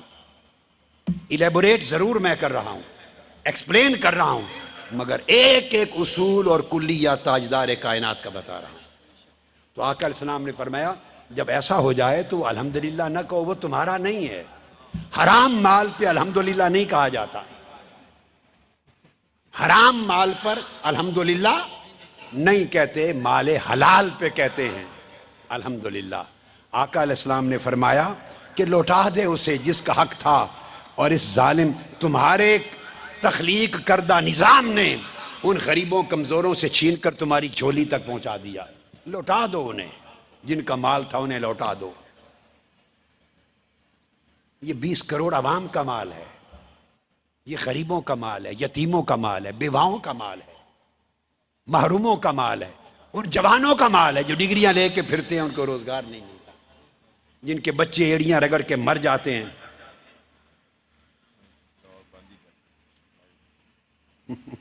اب کیا یہ ہوگا؟ وہ چینل بند کر دیے لاہور کے ٹی وی، تو کیا ہو گیا؟ مال ان کا ہے نا چونکہ، تو چینل بند ہو گئے کہ یہ پیغام رسول پاک کا پیغام کیوں جا رہا ہے، اللہ کے نبی کا پیغام کیوں جا رہا ہے. وہ ایسا پیغام نہیں چاہتے لوگوں کو جائیں، وہ ایسا پیغام چاہتے ہیں جس سے لوگ سنیں اور سن ہو جائیں، جو سن کر بیدار ہو جائیں. انہیں ایسا پیغام مصطفیٰ نہیں چاہیے. اور میں آپ کو یہ تربیت کے طریقے کہہ رہا، آقا علیہ السلام نے فرمایا جو شخص کسی محتاج کی مدد کے لیے ایک قدم چل کے جائے، صرف ایک قدم، فرمایا 10 سال مسنون اعتکاف کرنے سے بڑی عبادت ہے. حدیث پاک سنا رہا ہوں، عبداللہ ابن عباس رضی اللہ تعالیٰ عنہ نے روایت کی آقا علیہ السلام سے، ایک قدم کسی محتاج کی مدد کے لیے جو چلے، فرمایا 10 سال کے مسنون اعتکاف سے زیادہ اجر ہے. کیونکہ آقا علیہ السلام کی اپنی سیرت طیبہ، اپنی سوچ، آپ کی اپنی تھنکنگ، آپ کا بیہیویئر، آپ کا way of behaving the people, dealing, وہ ہم نے سمجھا نہیں. بخاری اور مسلم میں متفق علیہ حدیث ہے، ایک شخص آقا علیہ السلام کی بارگاہ میں حاضر ہوتا ہے اور کہتا ہے یا رسول اللہ میں ہلاک ہو گیا، میں برباد ہو گیا. صحابہ کرام بیٹھے ہیں، حضور علیہ السلام نے پوچھا بھئی تمہیں کیا ہوا، کیسے ہلاک ہو گئے؟ اس نے عرض کیا یا رسول اللہ میں رمضان المبارک کا مہینہ میں روزے سے تھا اور میں اپنا روزہ توڑ بیٹھا ہوں. جو کام شرعی طور پہ مجھے روزے میں اجازت نہیں تھی، ویسے حلال تھا مگر شرعی طور پہ روزے میں اجازت نہیں تھی، تو میں نے اپنی بیوی کے ساتھ تعلق قائم کیا تو روزہ توڑ دیا، میں ہلاک ہو گیا. آقا علیہ السلام نے اس سے پوچھا، یہ بخاری اور مسلم کی حدیث ہے، میں حضور کی سیرت سمجھا رہا ہوں، وے آف تھنکنگ، آقا علیہ السلام کس طرح ایڈریس کرتے ہیں ہیومن ایشوز کو، یہ بات سمجھنے والی. آقا علیہ السلام نے پوچھا تمہارے پاس کوئی غلام ہے، باندی ہے، جس کو آزاد کریں، کسی غلام کو آزاد کریں، اب اس کا کفارہ؟ اس نے کہا کوئی نہیں جسے آزاد کروں. پھر آقا علیہ السلام نے قانون جو شریعت کا مقرر کر رکھا ہے پوچھا تم 2 مہینوں کے مسلسل روزے رکھ سکتے ہو؟ اس کا کفارہ ہے 60 روزے رکھنا. اس نے نہیں جی، ایک نہیں رکھ سکا، ایک توڑ بیٹھا ہوں، 60 کیسے رکھے جائیں گے، وہ بھی نہیں رکھ سکتا. اب ایک طرف آقا علیہ السلام کی باتیں سنیں، ایک طرف ایک انسان ہے، اس کی بات کو سنیں، ذرا کمپیئر کریں اور دیکھیں کہ اصل روح دین کی ہے کیا. پوچھا 60 دن کے مسلسل روزے رکھ سکتے ہو؟ یہ اس خطا کا گناہ جو کفارہ ہے، اس روزہ توڑنے کا کفارہ ہے. آج کہ نہیں یا رسول اللہ وہ بھی نہیں رکھ سکتا. اب اس کہنے والے کی بھی ہمت دیکھیے، اس کو پتا ہے نا کس بارگاہ میں بات کر رہا ہوں، یہاں سنوائی ہوگی، یہاں آج کوئی کسی کو کہہ سکتے؟ پھر آقا علیہ السلام نے پوچھا اچھا 60 مسکینوں کو، جو غریب مسکین ہیں، یتیم ہیں، مسکینوں، ان کو کھانا کھلا سکتے ہو؟ یہ آخری ہے، 3 کفارے ہیں، 3 میں سے کوئی ایک کفارہ 60 مسکینوں کو کھانا کھلا سکتے ہو؟ اس کی یا رسول اللہ اتنے پیسے بھی نہیں، غریب ہوں، مسکینوں کو کھانا بھی کھلانے کے پیسے نہیں۔ آقا علیہ السلام نے نہیں فرمایا کہ چلے جاؤ کیا لینے آئے ہو میرے پاس۔ اب آج کے زمانے کی مذہبی سوچ تو اس طرح کی بن گئی ہے نا، نکال دو اس کو، بگا دو، میرے پاس کیا لینے آیا، مذاق کرنے آیا، نہیں، نہ فرمایا اچھا بیٹھ جاؤ، یہ ہے دین، یہ ہے سیرت مصطفیٰ، یہ ہے آج میلاد پاک کا پیغام۔ فرمایا بیٹھ جاؤ۔ بس تھوڑی دیر میں ایک شخص ایک تھیلا بھر کے کھجوروں کا لے کے آ گیا، تھیلا کھجوروں کا بھرا ہوا آ گیا، پیش کیا یا رسول اللہ یہ کھجوریں ہیں، تازہ تھیلا۔ آقا علیہ السلام نے جب کھجوروں کا تھیلا دیکھا تو پوچھا وہ سائل کہاں ہے، وہ روزہ توڑ کے جو آیا تھا، بلاؤ۔ کھڑا ہو گیا، یا رسول اللہ میں ہوں۔ فرمایا یہ تھیلا لے جاؤ اور مدینہ کے 60 مسکینوں کو بانٹ دو، کھجوریں میں دیتا ہوں، مدینہ کے 60 مسکینوں کو بانٹ دو، تمہارا کفارہ ادا ہو جائے گا۔ وہ ہاتھ جوڑ کے عرض کرتا ہے یا رسول اللہ مجھ سے زیادہ غریب مسکین ہی کوئی نہیں ہے۔ حدیث پاک ہے۔ فرمایا یا رسول اللہ میں مسکینوں کو جا کے بانٹوں، میرے گھر سے بڑھ کے تو مدینہ میں مسکین ہی کوئی نہیں۔ حدیث پاک کے الفاظ ہیں، آقا علیہ السلام یہ بات سن کے ہنس پڑے، فضاحک النبی حتی بدت انیابہ، اتنا ہنسے کہ آپ کے دندان مبارک نظر آنے لگ گئے۔ انجوائے کیا اس کی بات کو، انجوائے کیا، ہنس پڑے، کہتا مجھ سے زیادہ غریب ہی کوئی نہیں۔ اس نے دیکھا کھجوروں کا تھیلا مل رہا ہے اور جہاں کے غریبوں کو بانٹ دوں تو مجھ سے بڑھ کے حقدار کوئی نہیں۔ آقا علیہ السلام ہنس پڑے، فرمایا ثم قال اطعمہ اہلک، اچھا بھائی لے جاؤ کھجوریں، خود کھا لو اور اپنے گھر والوں کو کھلا لو، تمہارا کفارہ ادا ہو گیا۔ یہ ہے سیرت مصطفیٰ صلی اللہ تعالی علیہ وآلہ وسلم۔ اتنا کریم کائنات میں کوئی ہوگا، اتنا رحیم کوئی ہوگا، انسانیت کا اتنا خیال رکھنے والا کوئی ہوگا، اتنا غریب پرور کوئی ہوگا، اتنا محتاجوں مسکینوں کا خیال کرنے والا، شفقت کرنے والا کوئی ہوگا۔ یہ جو محتاج پروری ہے اور غریب پروری ہے، یہ ہے سیرت محمدی، یہ ہے اسلام۔ اس کو اگر آپ اپنی زندگی میں اپناتے ہیں اور سیاسی سٹرگل کرنے والے، سیاسی جماعتوں کے لوگ اگر اس آئیڈیا کے لیے کام کرتے ہیں، اس آئیڈیا، اس مشن، اس ویژن کے لیے، انسانیت کی خدمت کے لیے کام کرنا اٹ سیلف عبادت ہے، اٹ سیلف عبادت ہے۔ مگر اس دنیا میں، اس ماحول میں جو لوٹ مار کا ماحول ہے، اس میں یقیناً مشکلات آئیں گی، رکاوٹیں آئیں گی، مگر مرد حق مرد آہن ہوتا ہے، وہ برداشت کرتا ہے۔ حدیث پاک میں ہے، میں آپ کو آقا علیہ السلام کتنے کائنڈ ہیں، کتنے ماڈریٹ ہیں، کتنے کمپیشنیٹ ہیں، کتنے رحیم ہیں، کتنے شفیق ہیں، کتنا غریب پرور ہیں، انسانی کمزوریوں کا کتنا خیال رکھنے والے ہیں۔ مسجد نبوی میں بیٹھے ہیں، یہ بھی متفق علیہ حدیث ہے، بخاری مسلم کی۔ دیہات سے ایک شخص آیا ہے، عرابی بدو، اس کو زیادہ آداب معلوم نہیں ہے، مسجد کے، بارگاہ نبوی کے آداب معلوم نہیں، پڑھا لکھا نہیں، کبھی آ کے بیٹھا نہیں تھا، سیدھا آیا آقا علیہ السلام کی خدمت میں، کچھ سوال پوچھے، مسائل پوچھ کر اس کو تھوڑا پریشر تھا، وہ اٹھا اور مسجد کے سین میں ہی کھڑے ہو کے ایک طرف پیشاب کرنے لگ گیا۔ یہ صحیح بخاری، صحیح مسلم، متفق علیہ حدیث بتا رہا ہوں۔ یہ رخ اسلام کے اور سیرت مصطفیٰ کے دکھائے ہیں ہمیں؟ بتائیے، بولیے۔ نہیں، مسجد کے کونے میں سین میں پیشاب کرنے لگ گئے۔ صحابہ کرام اٹھے، انہوں نے زور سے آواز کی، اس کو روکا، مت کرو، یہ مسجد ہے، اللہ کا گھر ہے، خبردار پیشاب۔ آقا علیہ السلام نے ان کو خبردار کر کے روک دیا، خبردار، اسے نہیں معلوم، اسے مت روکو۔ اس نے پیشاب شروع کر دیا ہے، تم روکو گے وہ بیمار ہو جائے گا، اس کو تکلیف ہو جائے گی، اسے کر لینے دو، اس کو تکلیف میں مبتلا نہ کرو۔ روک دیا، اس نے پیشاب کر لیا، پیشاب کر کے اسے بلایا اور پھر پیار سے سمجھایا، کہا یہ مسجد عبادت کی جگہ ہے، یہاں پیشاب نہیں کرتے، آئندہ خیال کرنا. اور پھر صحابہ کو کہا کہ تم ڈول بھر کے پانی کا لے آؤ، پانی کا ڈول لے آؤ، اور بھئی اس کا جو جگہ ہے فرش صاف کر دو دھو.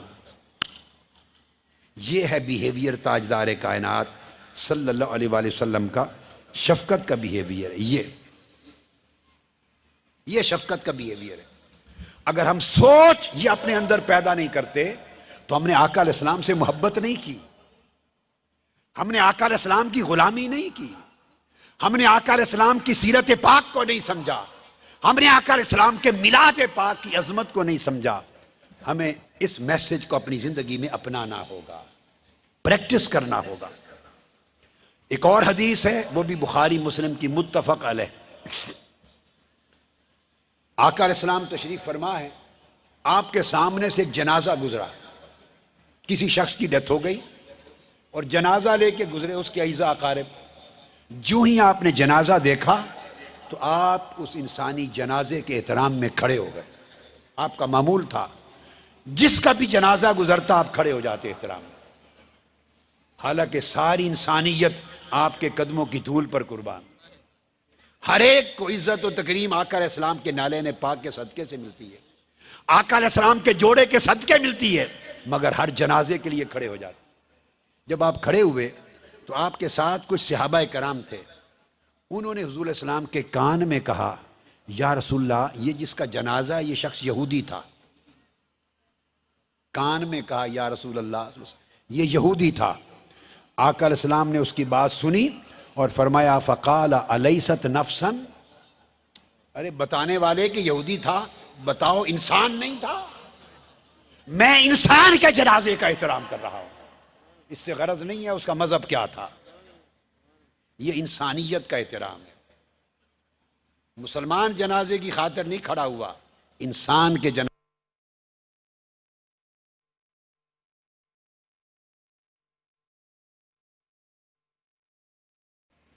یہ جو بنیادی چیز آپ کو بتائی، انسانیت کا احترام، یہ اصل دین ہے، اصل سیرت ہے، اصل عشق مصطفیٰ ہے صلی اللہ علیہ وسلم. پاس کچھ نہیں دینے کو، وہ اپنے بھائی کو دیکھ کے مسکرا پڑے. مسکرانا بھی صدقہ ہے، اسمائلنگ فیس کے ساتھ ملنا بھی صدقہ ہے.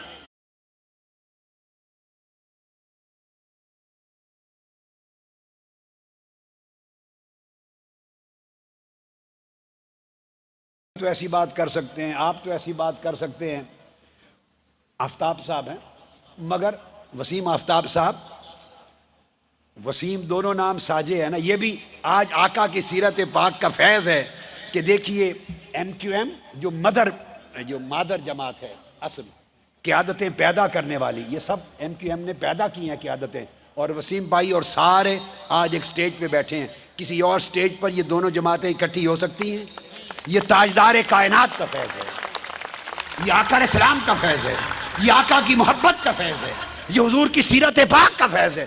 جب یہ نسبت آتی ہے وہاں سارے فاصلے ختم ہو جاتے ہیں، سارے فاصلے ختم ہو جاتے ہیں. یہی میری زندگی کا مشن ہے، ہم جوڑنے کے لیے ہیں. تو آقا علیہ السلام نے اس کی مسکراہٹ پر، ہم تو کہہ سکتے ہیں ایسے کسی کا دل رکھنے کے لیے کہ جنت میں جائے گا، مگر آقا علیہ السلام تو ایسا نہیں فرما سکتے. جب آپ نے کلمہ فرمایا وہ ہو گیا، وہ ہو گیا. فرمایا جنت میں بھی مسکراتا ہوا جائے گا. حضور علیہ السلام نے فرمایا، حدیث پاک، ایک صحابہ پوچھتے ہیں، ایک صحابی پوچھتے ہیں، ابو شریح روایت کرتے ہیں، فرمایا یا رسول اللہ اخبرنی بشیء یوجب لی الجنہ. عرض کی یا رسول اللہ مجھے کوئی ایک عمل بتا دیں جس سے جنت واجب ہو جائے میرے لیے. لو جی سردار صاحب، آسان چیز، آسانیاں پوچھنے والے ہر دور میں ہوتے ہیں نا.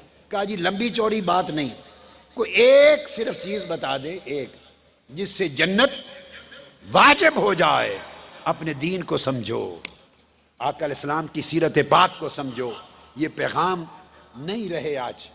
اگر یہ پیغام مسلسل دیے جاتے تو گردنیں نہ کٹتی، نفرتیں نہ بڑھتی، خون نہ بہتے. یہ پیغام بند ہو گئے. محبت کے پیغام، شفقت کے پیغام، الفت کے پیغام، مودت کے پیغام، یکجائی کے پیغام، یہ بند ہو گئے. اس کی جگہ نفرتوں نے لے لی، انتہا پسندی نے لے لی. ہمیں پلٹ کر محبتوں کی طرف جانا ہے. صحابی نے پوچھا یا رسول اللہ کوئی چیز بتا دیں جس سے میرے لیے جنت واجب ہو جائے، سیدھا جنت میں جاؤں. آقا علیہ السلام نے فرمایا سن لو، یہ نسخہ بھی دے دیتا ہوں. فرمایا طیب الکلام و بذل السلام و اطعام الطعام. فرمایا 3 کام کر لو جنت واجب ہو گئی. فرمایا بات ہمیشہ نرمی اور محبت کی کرو. طیب الکلام، ہمیشہ جو گفتگو کرو اچھی کرو. اس گفتگو میں نرمی ہو، گفتگو میں پیار ہو، گفتگو میں مٹھاس ہو، گفتگو میں شیرینی ہو، گفتگو میں دوسرے کے لیے الفت ہو. گفتگو سخت نہ کرو، کرخت نہ کرو، نرم کرو، نرم دم گفتگو. ایک یہ کرو. دوسرا بذل السلام، ہر طرف سلامتی پھیلاؤ، امن پھیلاؤ، ہر طرف امن پھیلاؤ. یہ جو آپ السلام علیکم کہہ کے ملتے ہیں یہ بھی امن کا میسج ہے. تم پر امن ہو، تم پر سلامتی ہو، امن اور سلامتی پھیلاؤ. اور تیسرا ہر بھوکے کو کھانا کھلاؤ، کھانا کھلاؤ. آپ دیکھ لیں سادہ سا نسخہ دیا، فرمایا جنت واجب ہو گئی. اب یہاں ایک نکتہ بتا دوں. کچھ چیزیں حقوق اللہ میں ہیں جو واجبات ہیں، فرائض ہیں. کچھ حقوق العباد میں ہیں جو بندوں کے حقوق ہیں. جو حقوق اللہ کے حقوق ہیں ان میں کوتاہی ہو اگر ہو گئی تو اللہ خود معاف کر سکتا ہے، معاف کر دے گا، وہ غفور الرحیم ہے. مگر بندوں کے حقوق میں تلفی ہو گئی تو اللہ کا قانون ہے وہ معاف نہیں کرے گا جب تک بندے معاف نہ کریں. تینوں چیزیں آقا علیہ السلام نے حقوق العباد کی بتائیں. فرمایا لوگوں سے گفتگو میٹھی کرو، سلامتی پھیلاؤ اور بھوکوں کو کھانا کھلاؤ. فرمایا اگر یہ 3 کام کرو تو جنت تمہارے لیے واجب ہو جائے گی. اور فرمایا ہلک المتنطعون، ہلک المتنطعون، ہلک المتنطعون، انتہا پسند ہلاک ہو گئے. یہ حدیث پاک ہے. یہ کوئی ٹرم آج ہم نے نہیں بنائی کہ کوئی کہے کہ شاید آج ہم نے گھڑ لی ہے. یہ انتہا پسندی کا لفظ نہیں. 1500 سال قبل آقا علیہ السلام نے فرمایا، اور یہ الفاظ صحیح مسلم کے ہیں اور صحیح بخاری شریف کے ہیں. فرمایا انتہا پسند ہلاک ہو گئے، انتہا پسند ہلاک ہو گئے، انتہا پسند ہلاک ہو گئے. آقا علیہ السلام نے فرمایا اعتدال کی راہ پر، موڈریشن پہ چلو منزل کو پالو گے. اعتدال کی راہ پہ چلو منزل کو پالو گے. ایک صحابی آقا علیہ السلام سے پوچھتا ہے اسی طرح یا رسول اللہ مجھے کوئی نصیحت فرما دیں، ایک نصیحت فرما دیں. فرمایا لا تغضب، غصہ نہ کیا کر.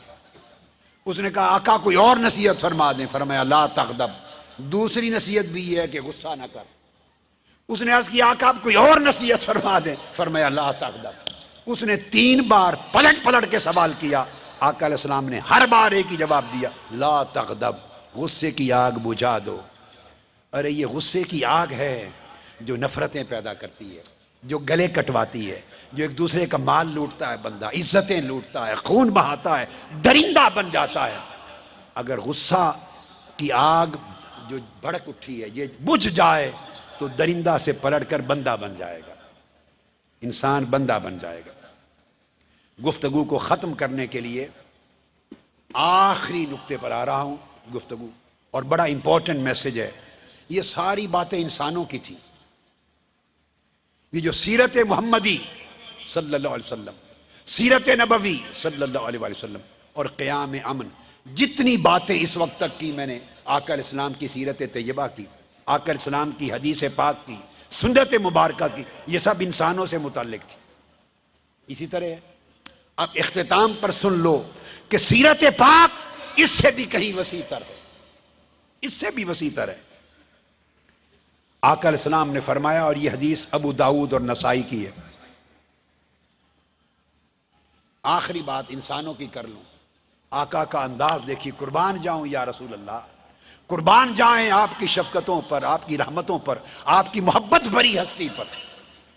ایک شخص تھے، اس نے کوئی بڑا گناہ کیا جس گناہ کے نتیجے میں اس کو سزا دی گئی، اور سزا کے نتیجے میں وہ شخص، اس کی ڈیتھ ہو گئی، وہ گناہ ایسا تھا، اس کی سزا ایسی تھی، حد ایسی تھی، وفات ہو گئی۔ اب جو لوگ اس کو لائے تھے اور اس نے آ کے خود اقرار کیا تھا، اس نے 4 بار اقرار کیا، آقا علیہ السلام اس کی بات سن کے منہ پھیر لیتے تھے، وہ پھر سامنے آ کے ادھر سے اقرار کرتا، آقا علیہ السلام پھر منہ پھیر لیتے کہ اب چلا جائے، وہ پھر ادھر سے آ کے اقرار کرتا، یا رسول اللہ میں نے یہ کیا ہے، مجھ پر حد جاری کرے، آقا علیہ السلام پھر چہرہ انور پھیر لیتے۔ 4 بار اس سے گریز کیا کہ کہیں اس کو کوئی بھگا دے یا خود چلا جائے۔ وہ جب نہیں گیا اور کوئی چارہ نہ رہا تو پھر آقا علیہ السلام نے صحابہ کرام سے پوچھا، بھئی جاؤ اس کے گھر والوں سے پوچھو کہیں یہ پاگل تو نہیں ہو گیا، کہ کوئی بندہ خبر دے دے کہ تھوڑا سا مینٹل ڈس آرڈر ہے، کوئی پرابلم ہے، تو اس کی بنیاد پر اس کو بھیج دیں۔ وہاں سے خبر آ گئی کہ نہیں 100% پرفیکٹ ہے، کوئی پرابلم نہیں۔ جب کوئی راستہ نہیں بچا اس کو سزا دے دی گئی۔ پھر اس کو کراس ایگزامن کیا کہ اس میں کچھ پھسل جائے گا، اس نے جب اپنے اوپر سزا جاری کروا دی خود، تو آقا علیہ السلام نے اس کے سزا ہو جانے کے بعد غم زدہ سے ہو گئے۔ ایک دن صحابہ کرام بیٹھے تھے اور آقا علیہ السلام نے فرمایا اس کے لیے سارے بخشش کی دعا کرو، یہ صحیح بخاری مسلم کی متفق علیہ حدیث، اس کے لیے بخشش کی دعا کرو۔ صحابہ کرام سے دعا کروائی، سب نے اس کے لیے استغفار کیا۔ اس کا نام تھا ماعز، اور آقا علیہ السلام نے فرمایا کسی نے اس کو برا بھلا کہا، وہ جو شخص جس کی ڈیتھ ہو گئی، فرمایا خبردار، اس نے اتنی بڑی توبہ کی ہے کہ اگر سینکڑوں ہزاروں لوگوں کے ایک بہت بڑے طبقے پر اس کی توبہ تقسیم کر دوں تو ہزاروں کی بخشش ہو جائے، اس کو لان تان نہ کرو۔ پھر آپ چپ بیٹھے تھے، صحابہ کرام سے جو ان کو لے آئے تھے وہ سامنے آ گئے، آقا علیہ السلام نے فرمایا ہلا ترکتموہ لعلہ ان یتوب فیتوب اللہ علیہ۔ آقا نے فرمایا تم اس کو کیوں لائے تھے ہمارے پاس؟ اس کو چھوڑ دیتے، اس پہ کپڑا ڈال دیتے، چھوڑ دیتے، شاید وہ توبہ کر لیتا، اللہ بھی اس کو معاف کر دیتا۔ تم کیوں لے آئے؟ میں آپ کو ہیومینیٹیرین بیہیویئر بتا رہا ہوں۔ آقا علیہ السلام کتنے کمپیشنیٹ تھے، کتنے مرسیفل تھے، کتنے رحیم تھے، کتنے شفیق تھے۔ شریعت کی حد ہے، اس پر بھی دکھی ہیں، آقا علیہ السلام نہیں دینا چاہتے۔ یہ آقا علیہ السلام کا طرز عمل۔ میں نے آپ کو کہا کہ گناہگاروں کے ساتھ بھی شفقت کا عالم یہ تھا۔ انسانوں کی بات ختم ہوئی، گفتگو کے اینڈ پر بتا رہا ہوں حضور کی سیرت پاک کا یہ گوشہ۔ عبداللہ بن عمر رضی اللہ تعالیٰ عنہ روایت کرتے ہیں، آقا علیہ السلام نے فرمایا عذبت امرأۃ فی ہرۃ حبستھا حتی ماتت جوعا فدخلت فیہا النار۔ آقا علیہ السلام نے صحابہ کرام سے فرمایا بنی اسرائیل کے زمانے میں ایک عورت تھی، اس کی ایک بلی تھی، بلی، اس نے بلی نے کوئی اس کا برتن توڑ دیا ہوگا یا اس کا کوئی چیز گرا دی، کوئی وجہ ہوگی، اس نے ناراض ہو کر بلی کو باندھ دیا اور 2-3 دن باندھے رکھا، کھانا پینا اس کو نہیں دیا، تو بھوک اور پیاس کی وجہ سے بلی مر گئی۔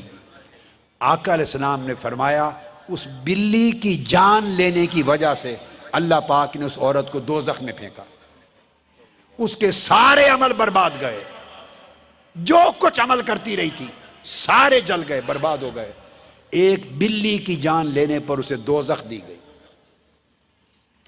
پھر اس کے بعد دوسری حدیث، وہ بھی متفق علیہ یعنی بخاری اور مسلم کی، ابو ہریرہ رضی اللہ تعالیٰ عنہ روایت کرتے ہیں، پھر ایک دوسرے دن مجلس میں آقا علیہ السلام نے فرمایا ایک شخص تھا، ایک اور شخص تھا، بڑا گناہگار تھا، فاسق تھا، گناہگار تھا، اس کو پیاس لگی، گزرا رستے سے ایک کنواں دیکھا، اس کنویں میں سے پانی نکال کے پیا، جانے لگا تو دیکھا ساتھ ہی ایک کتا بیٹھا ہے اور کتا پیاس کے مارے مر رہا ہے، اس کی زبان نکلی ہوئی ہے، اس نے دیکھا کہ کتا مر جائے گا، وہ رک گیا، پھر دوبارہ اس نے کنویں سے پانی نکالا اور پانی نکال کے اپنے ہاتھ سے کتے کو پلایا، اور جب کتے نے پانی پیا تو اس کی جان میں جان آ گئی، بچ گیا۔ آقا علیہ السلام نے سن کے فرمایا اس کا عمل کتے کو پانی پلا کر جان بچانا اللہ نے قبول کیا، اس کی زندگی کے سارے گناہ معاف کر دیے، اس شخص کو کتے کی جان بچانے کے عوض اللہ نے جنت میں بھیج دیا۔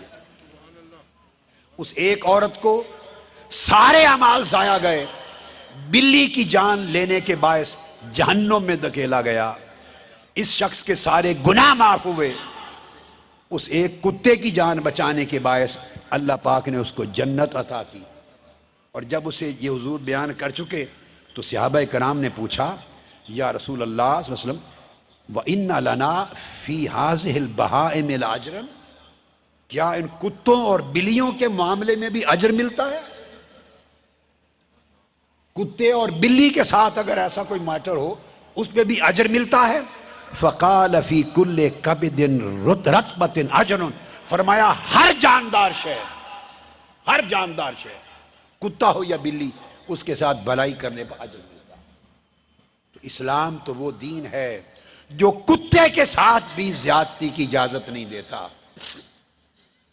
میں پھر اینڈ پر بتا رہا ہوں، 17 جون کو وہ کتے تو نہیں تھے حکمرانوں جن 14 انسانوں کی لاشیں گرائیں، 17 جون کو وہ نہ کتے تھے نہ بلیاں تھیں۔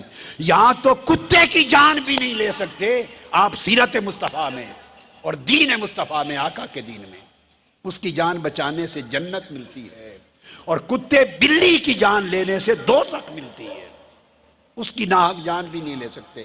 آپ نے ناحق انسانوں کی جانیں لیں، 90 انسانوں کے جسموں کو گولیوں سے چھلنی کیا۔ یہاں مدتوں سے کراچی میں ہر روز کتنی جانیں جاتی ہیں، کتنے خون بہتے ہیں، ہے کوئی کسی کا پرسان حال؟ کب انسانوں کی لاشیں گرنے کا عمل ختم ہوگا؟ کب یہاں انسانیت کا احترام آئے گا؟ کہاں انسانی خون جو آج پانی سے بھی ارزاں ہے، کب اس کا تحفظ اور اس کی حرمت پیدا ہوگی؟ جو لوگ ایسا کام کرتے ہیں وہ کافروں سے بدتر ہیں، اور کافر میں انہیں کہتا ہوں جو کسی لحاظ سے بھی اللہ کو، خدا کو نہیں مانتے، جن کا کوئی مذہب نہیں ہے، ان سے بھی بدتر ہیں۔ انسانوں کی جان لینے والوں، یہ آقا علیہ السلام سے دشمنی ہے۔ میرے آقا علیہ السلام نے تو فرمایا حدیث پاک میں، کسی نے چیونٹیوں کو آگ لگا دی تھی، چیونٹیوں کو، فرمایا کس نے جلایا ہے چیونٹیوں کو؟ ایک شخص کھڑا ہوا، یا رسول اللہ میں نے۔ فرمایا خبردار، ان کا رب اللہ ہے، آگ کی سزا دینا آگ کے مالک کا کام ہے، تم نہیں دے سکتے۔ اسلام میں اور سیرت محمدی میں صلی اللہ علیہ وسلم انسان تو انسان، کسی جانور کی جان لینے کی اجازت نہیں۔ ہم اگر پاکستان کو اسلام کا، جمہوریت کا، انسانیت کا، امن کا گہوارہ بنانا چاہتے ہیں، ہمیں احترام انسانیت پر پاکستان کے کلچر کو استوار کرنا ہوگا، ہمیں خدمت انسانیت پر کلچر کو استوار کرنا ہوگا۔ اگر ہم اس میسج کو اپنی زندگی میں اپنا لیں، ہم سچے عاشقان رسول ہیں۔ یہ آقا علیہ السلام کے میلاد پاک کا تحفہ ہے، یہ آقا علیہ السلام کی سیرت طیبہ کا تحفہ ہے۔ میرا دل یقین جانیے پھر خوش ہو رہا ہے آپ کا منظر دیکھ کر، حد نگاہ تک، یعنی اینڈ تک کوئی جگہ نظر نہیں آ رہی جو خالی ہو، ایک انسانوں کا سمندر ہے۔ کراچی کے لوگوں نے جی خوش کر دیا ہے۔ اللہ رب العزت آپ کے دلوں کو آقا علیہ السلام کے عشق کے نور سے بھر دے، آپ کو سلامتی عطا کر دے، میرے بیٹوں کو، میری بیٹیوں کو، میرے بھائیوں کو، میری بہنوں کو، بزرگوں کو، میری ماؤں کو، اللہ پاک آپ سب کو سلامتی دے، امن دے، دنیا اور آخرت کی نعمتیں عطا کرے، اور آقا علیہ السلام کی کملی کا سایہ آپ سب کے سروں پہ رہے۔ کراچی کے امن بحال ہو، اور اس کے امن کی بحالی میں اللہ رب العزت آپ کو ایک کردار ادا کرنے کی توفیق دے۔ یہ وہ نشتر پارک ہے جہاں آج سے کئی سال پہلے 12 ربیع الاول کی رات، اسی میلاد کی رات، یہاں دہشت گردی کا حملہ ہوا تھا، بم بلاسٹ ہوا تھا، اور 50 سے 60 کے قریب علماء اور حضور کے عاشق اور غلام شہید ہوئے تھے۔ کتنے لوگ اس دھرتی پر شہید ہو گئے، مگر کوئی کسی کا پرسان حال نہیں۔ صرف اس لیے کہ یہ کمزور ہیں، یہ طاقتور نہیں ہیں، یہ فرعون نہیں ہیں، قارون نہیں ہیں، یہ یزید نہیں ہیں۔ یہ ملک صرف طاقتوروں کے لیے نہیں اور دولت مندوں کے لیے نہیں، یہ کمزوروں اور غریبوں محروموں کے لیے یہ ملک بنا تھا۔ علماء کرام کو پیغام یہ ہے کہ وہ آقا علیہ السلام کے عشق اور محبت کے ساتھ میلاد پاک کا یہ جو پیغام ہے حضور کی سیرت طیبہ کے اس گوشے کو لوگوں تک پہنچائیں کہ امن اور محبت یہ حضور کی سیرت پاک ہے۔ امن اور محبت یہ دین اسلام کا کرکس ہے، نچوڑ ہے۔ امن اور محبت ہی اسلام کا معنی اور مقصود ہے، اور امن اور محبت ہی پاکستان کا پورا معنی اور مقصود ہے۔ اگر امن اور محبت ہم بحال کر لیں، امن اور محبت کو، تو ہم پورے پاکستان کے مستقبل کو روشن کرنے میں کامیاب ہو جائیں گے۔ اس طرح کشمیریوں پر جو ظلم اور بربریت ہو رہی ہے، وہاں کشمیریوں پر، اس درندگی پر حکمرانوں کے منہ بند ہیں، بات کرنے کو تیار نہیں۔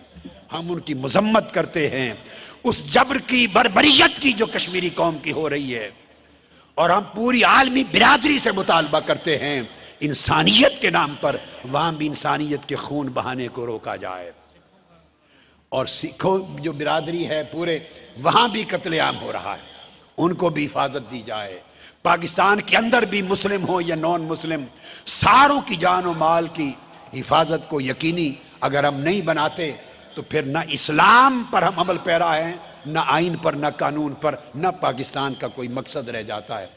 پاکستان بنانے کا مقصد ہی یہ کہ لوگ آزادی کے ساتھ، امن کے ساتھ اپنے دین کے مطابق زندگی بسر کر سکیں۔ اگر وہ آزادی، امن اور تحفظ نہیں ہے تو پھر سوچنے کی بات ہے کہ ہم کس رخ کی طرف جا رہے ہیں۔ اللہ رب العزت ہمارے حال پہ رحم فرمائے، آقا علیہ السلام کی غلامی عطا کرے، آقا علیہ السلام کے عشق اور محبت میں ہمیں زندہ رکھے۔ دعا کر رہا ہوں، آقا علیہ السلام کے عشق اور محبت میں زندہ رکھے، آقا علیہ السلام کی غلامی میں زندہ رکھے۔ باری تعالیٰ ہمارے گلے میں ہمیشہ آقا علیہ السلام کی غلامی کا توق رہے، ہمیشہ آقا علیہ السلام کی کملی کے سائے میں رہیں، اور ہماری برزخ اور آخرت بھی آقا کی شفاعت کے سائے میں ہو۔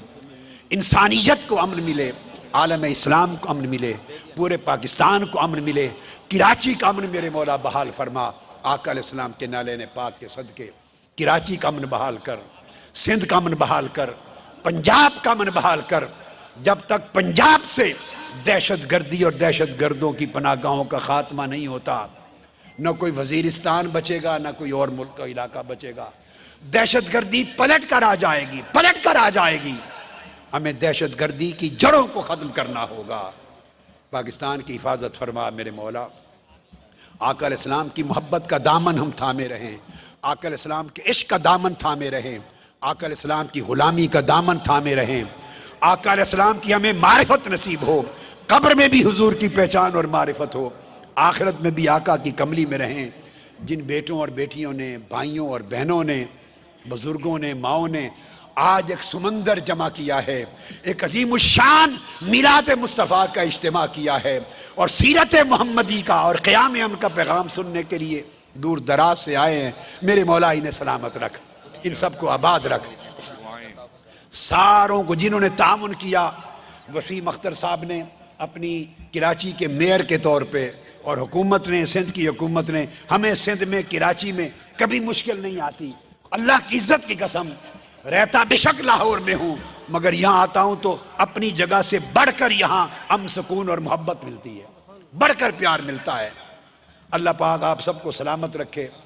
آج آپ ایم کیو ایم کے احباب آئے ہیں، پی ایس پی کے، پاک سرزمین پارٹی کے احباب آئے ہیں، تمام تحریک انصاف کے احباب آئے ہیں، کاف لیگ سے احباب آئے ہیں، ساتھی آئے ہیں، اور تمام ہیں، سارم برنی صاحب آئے ہیں، اور بہت سارے نام مختلف طبقات کے، مسالک کے، تمام مکاتب فرقے لوگ آئے ہیں۔ یہ آپ سب کا پروگرام تھا، آپ ہی کا پروگرام ہے، آپ ہی کا گھر ہے۔ خواتین نے، ویمن لیگ نے جو محنت کی، یوتھ نے جو محنت کی، ایم ایس ایم نے کی، علماء کونسل نے کی، تنظیمات نے کی، عوامی تحریک کے لوگوں نے کی، تحریک منہاج القرآن کے لوگوں نے کی، ساروں کی کوششیں اللہ قبول فرما۔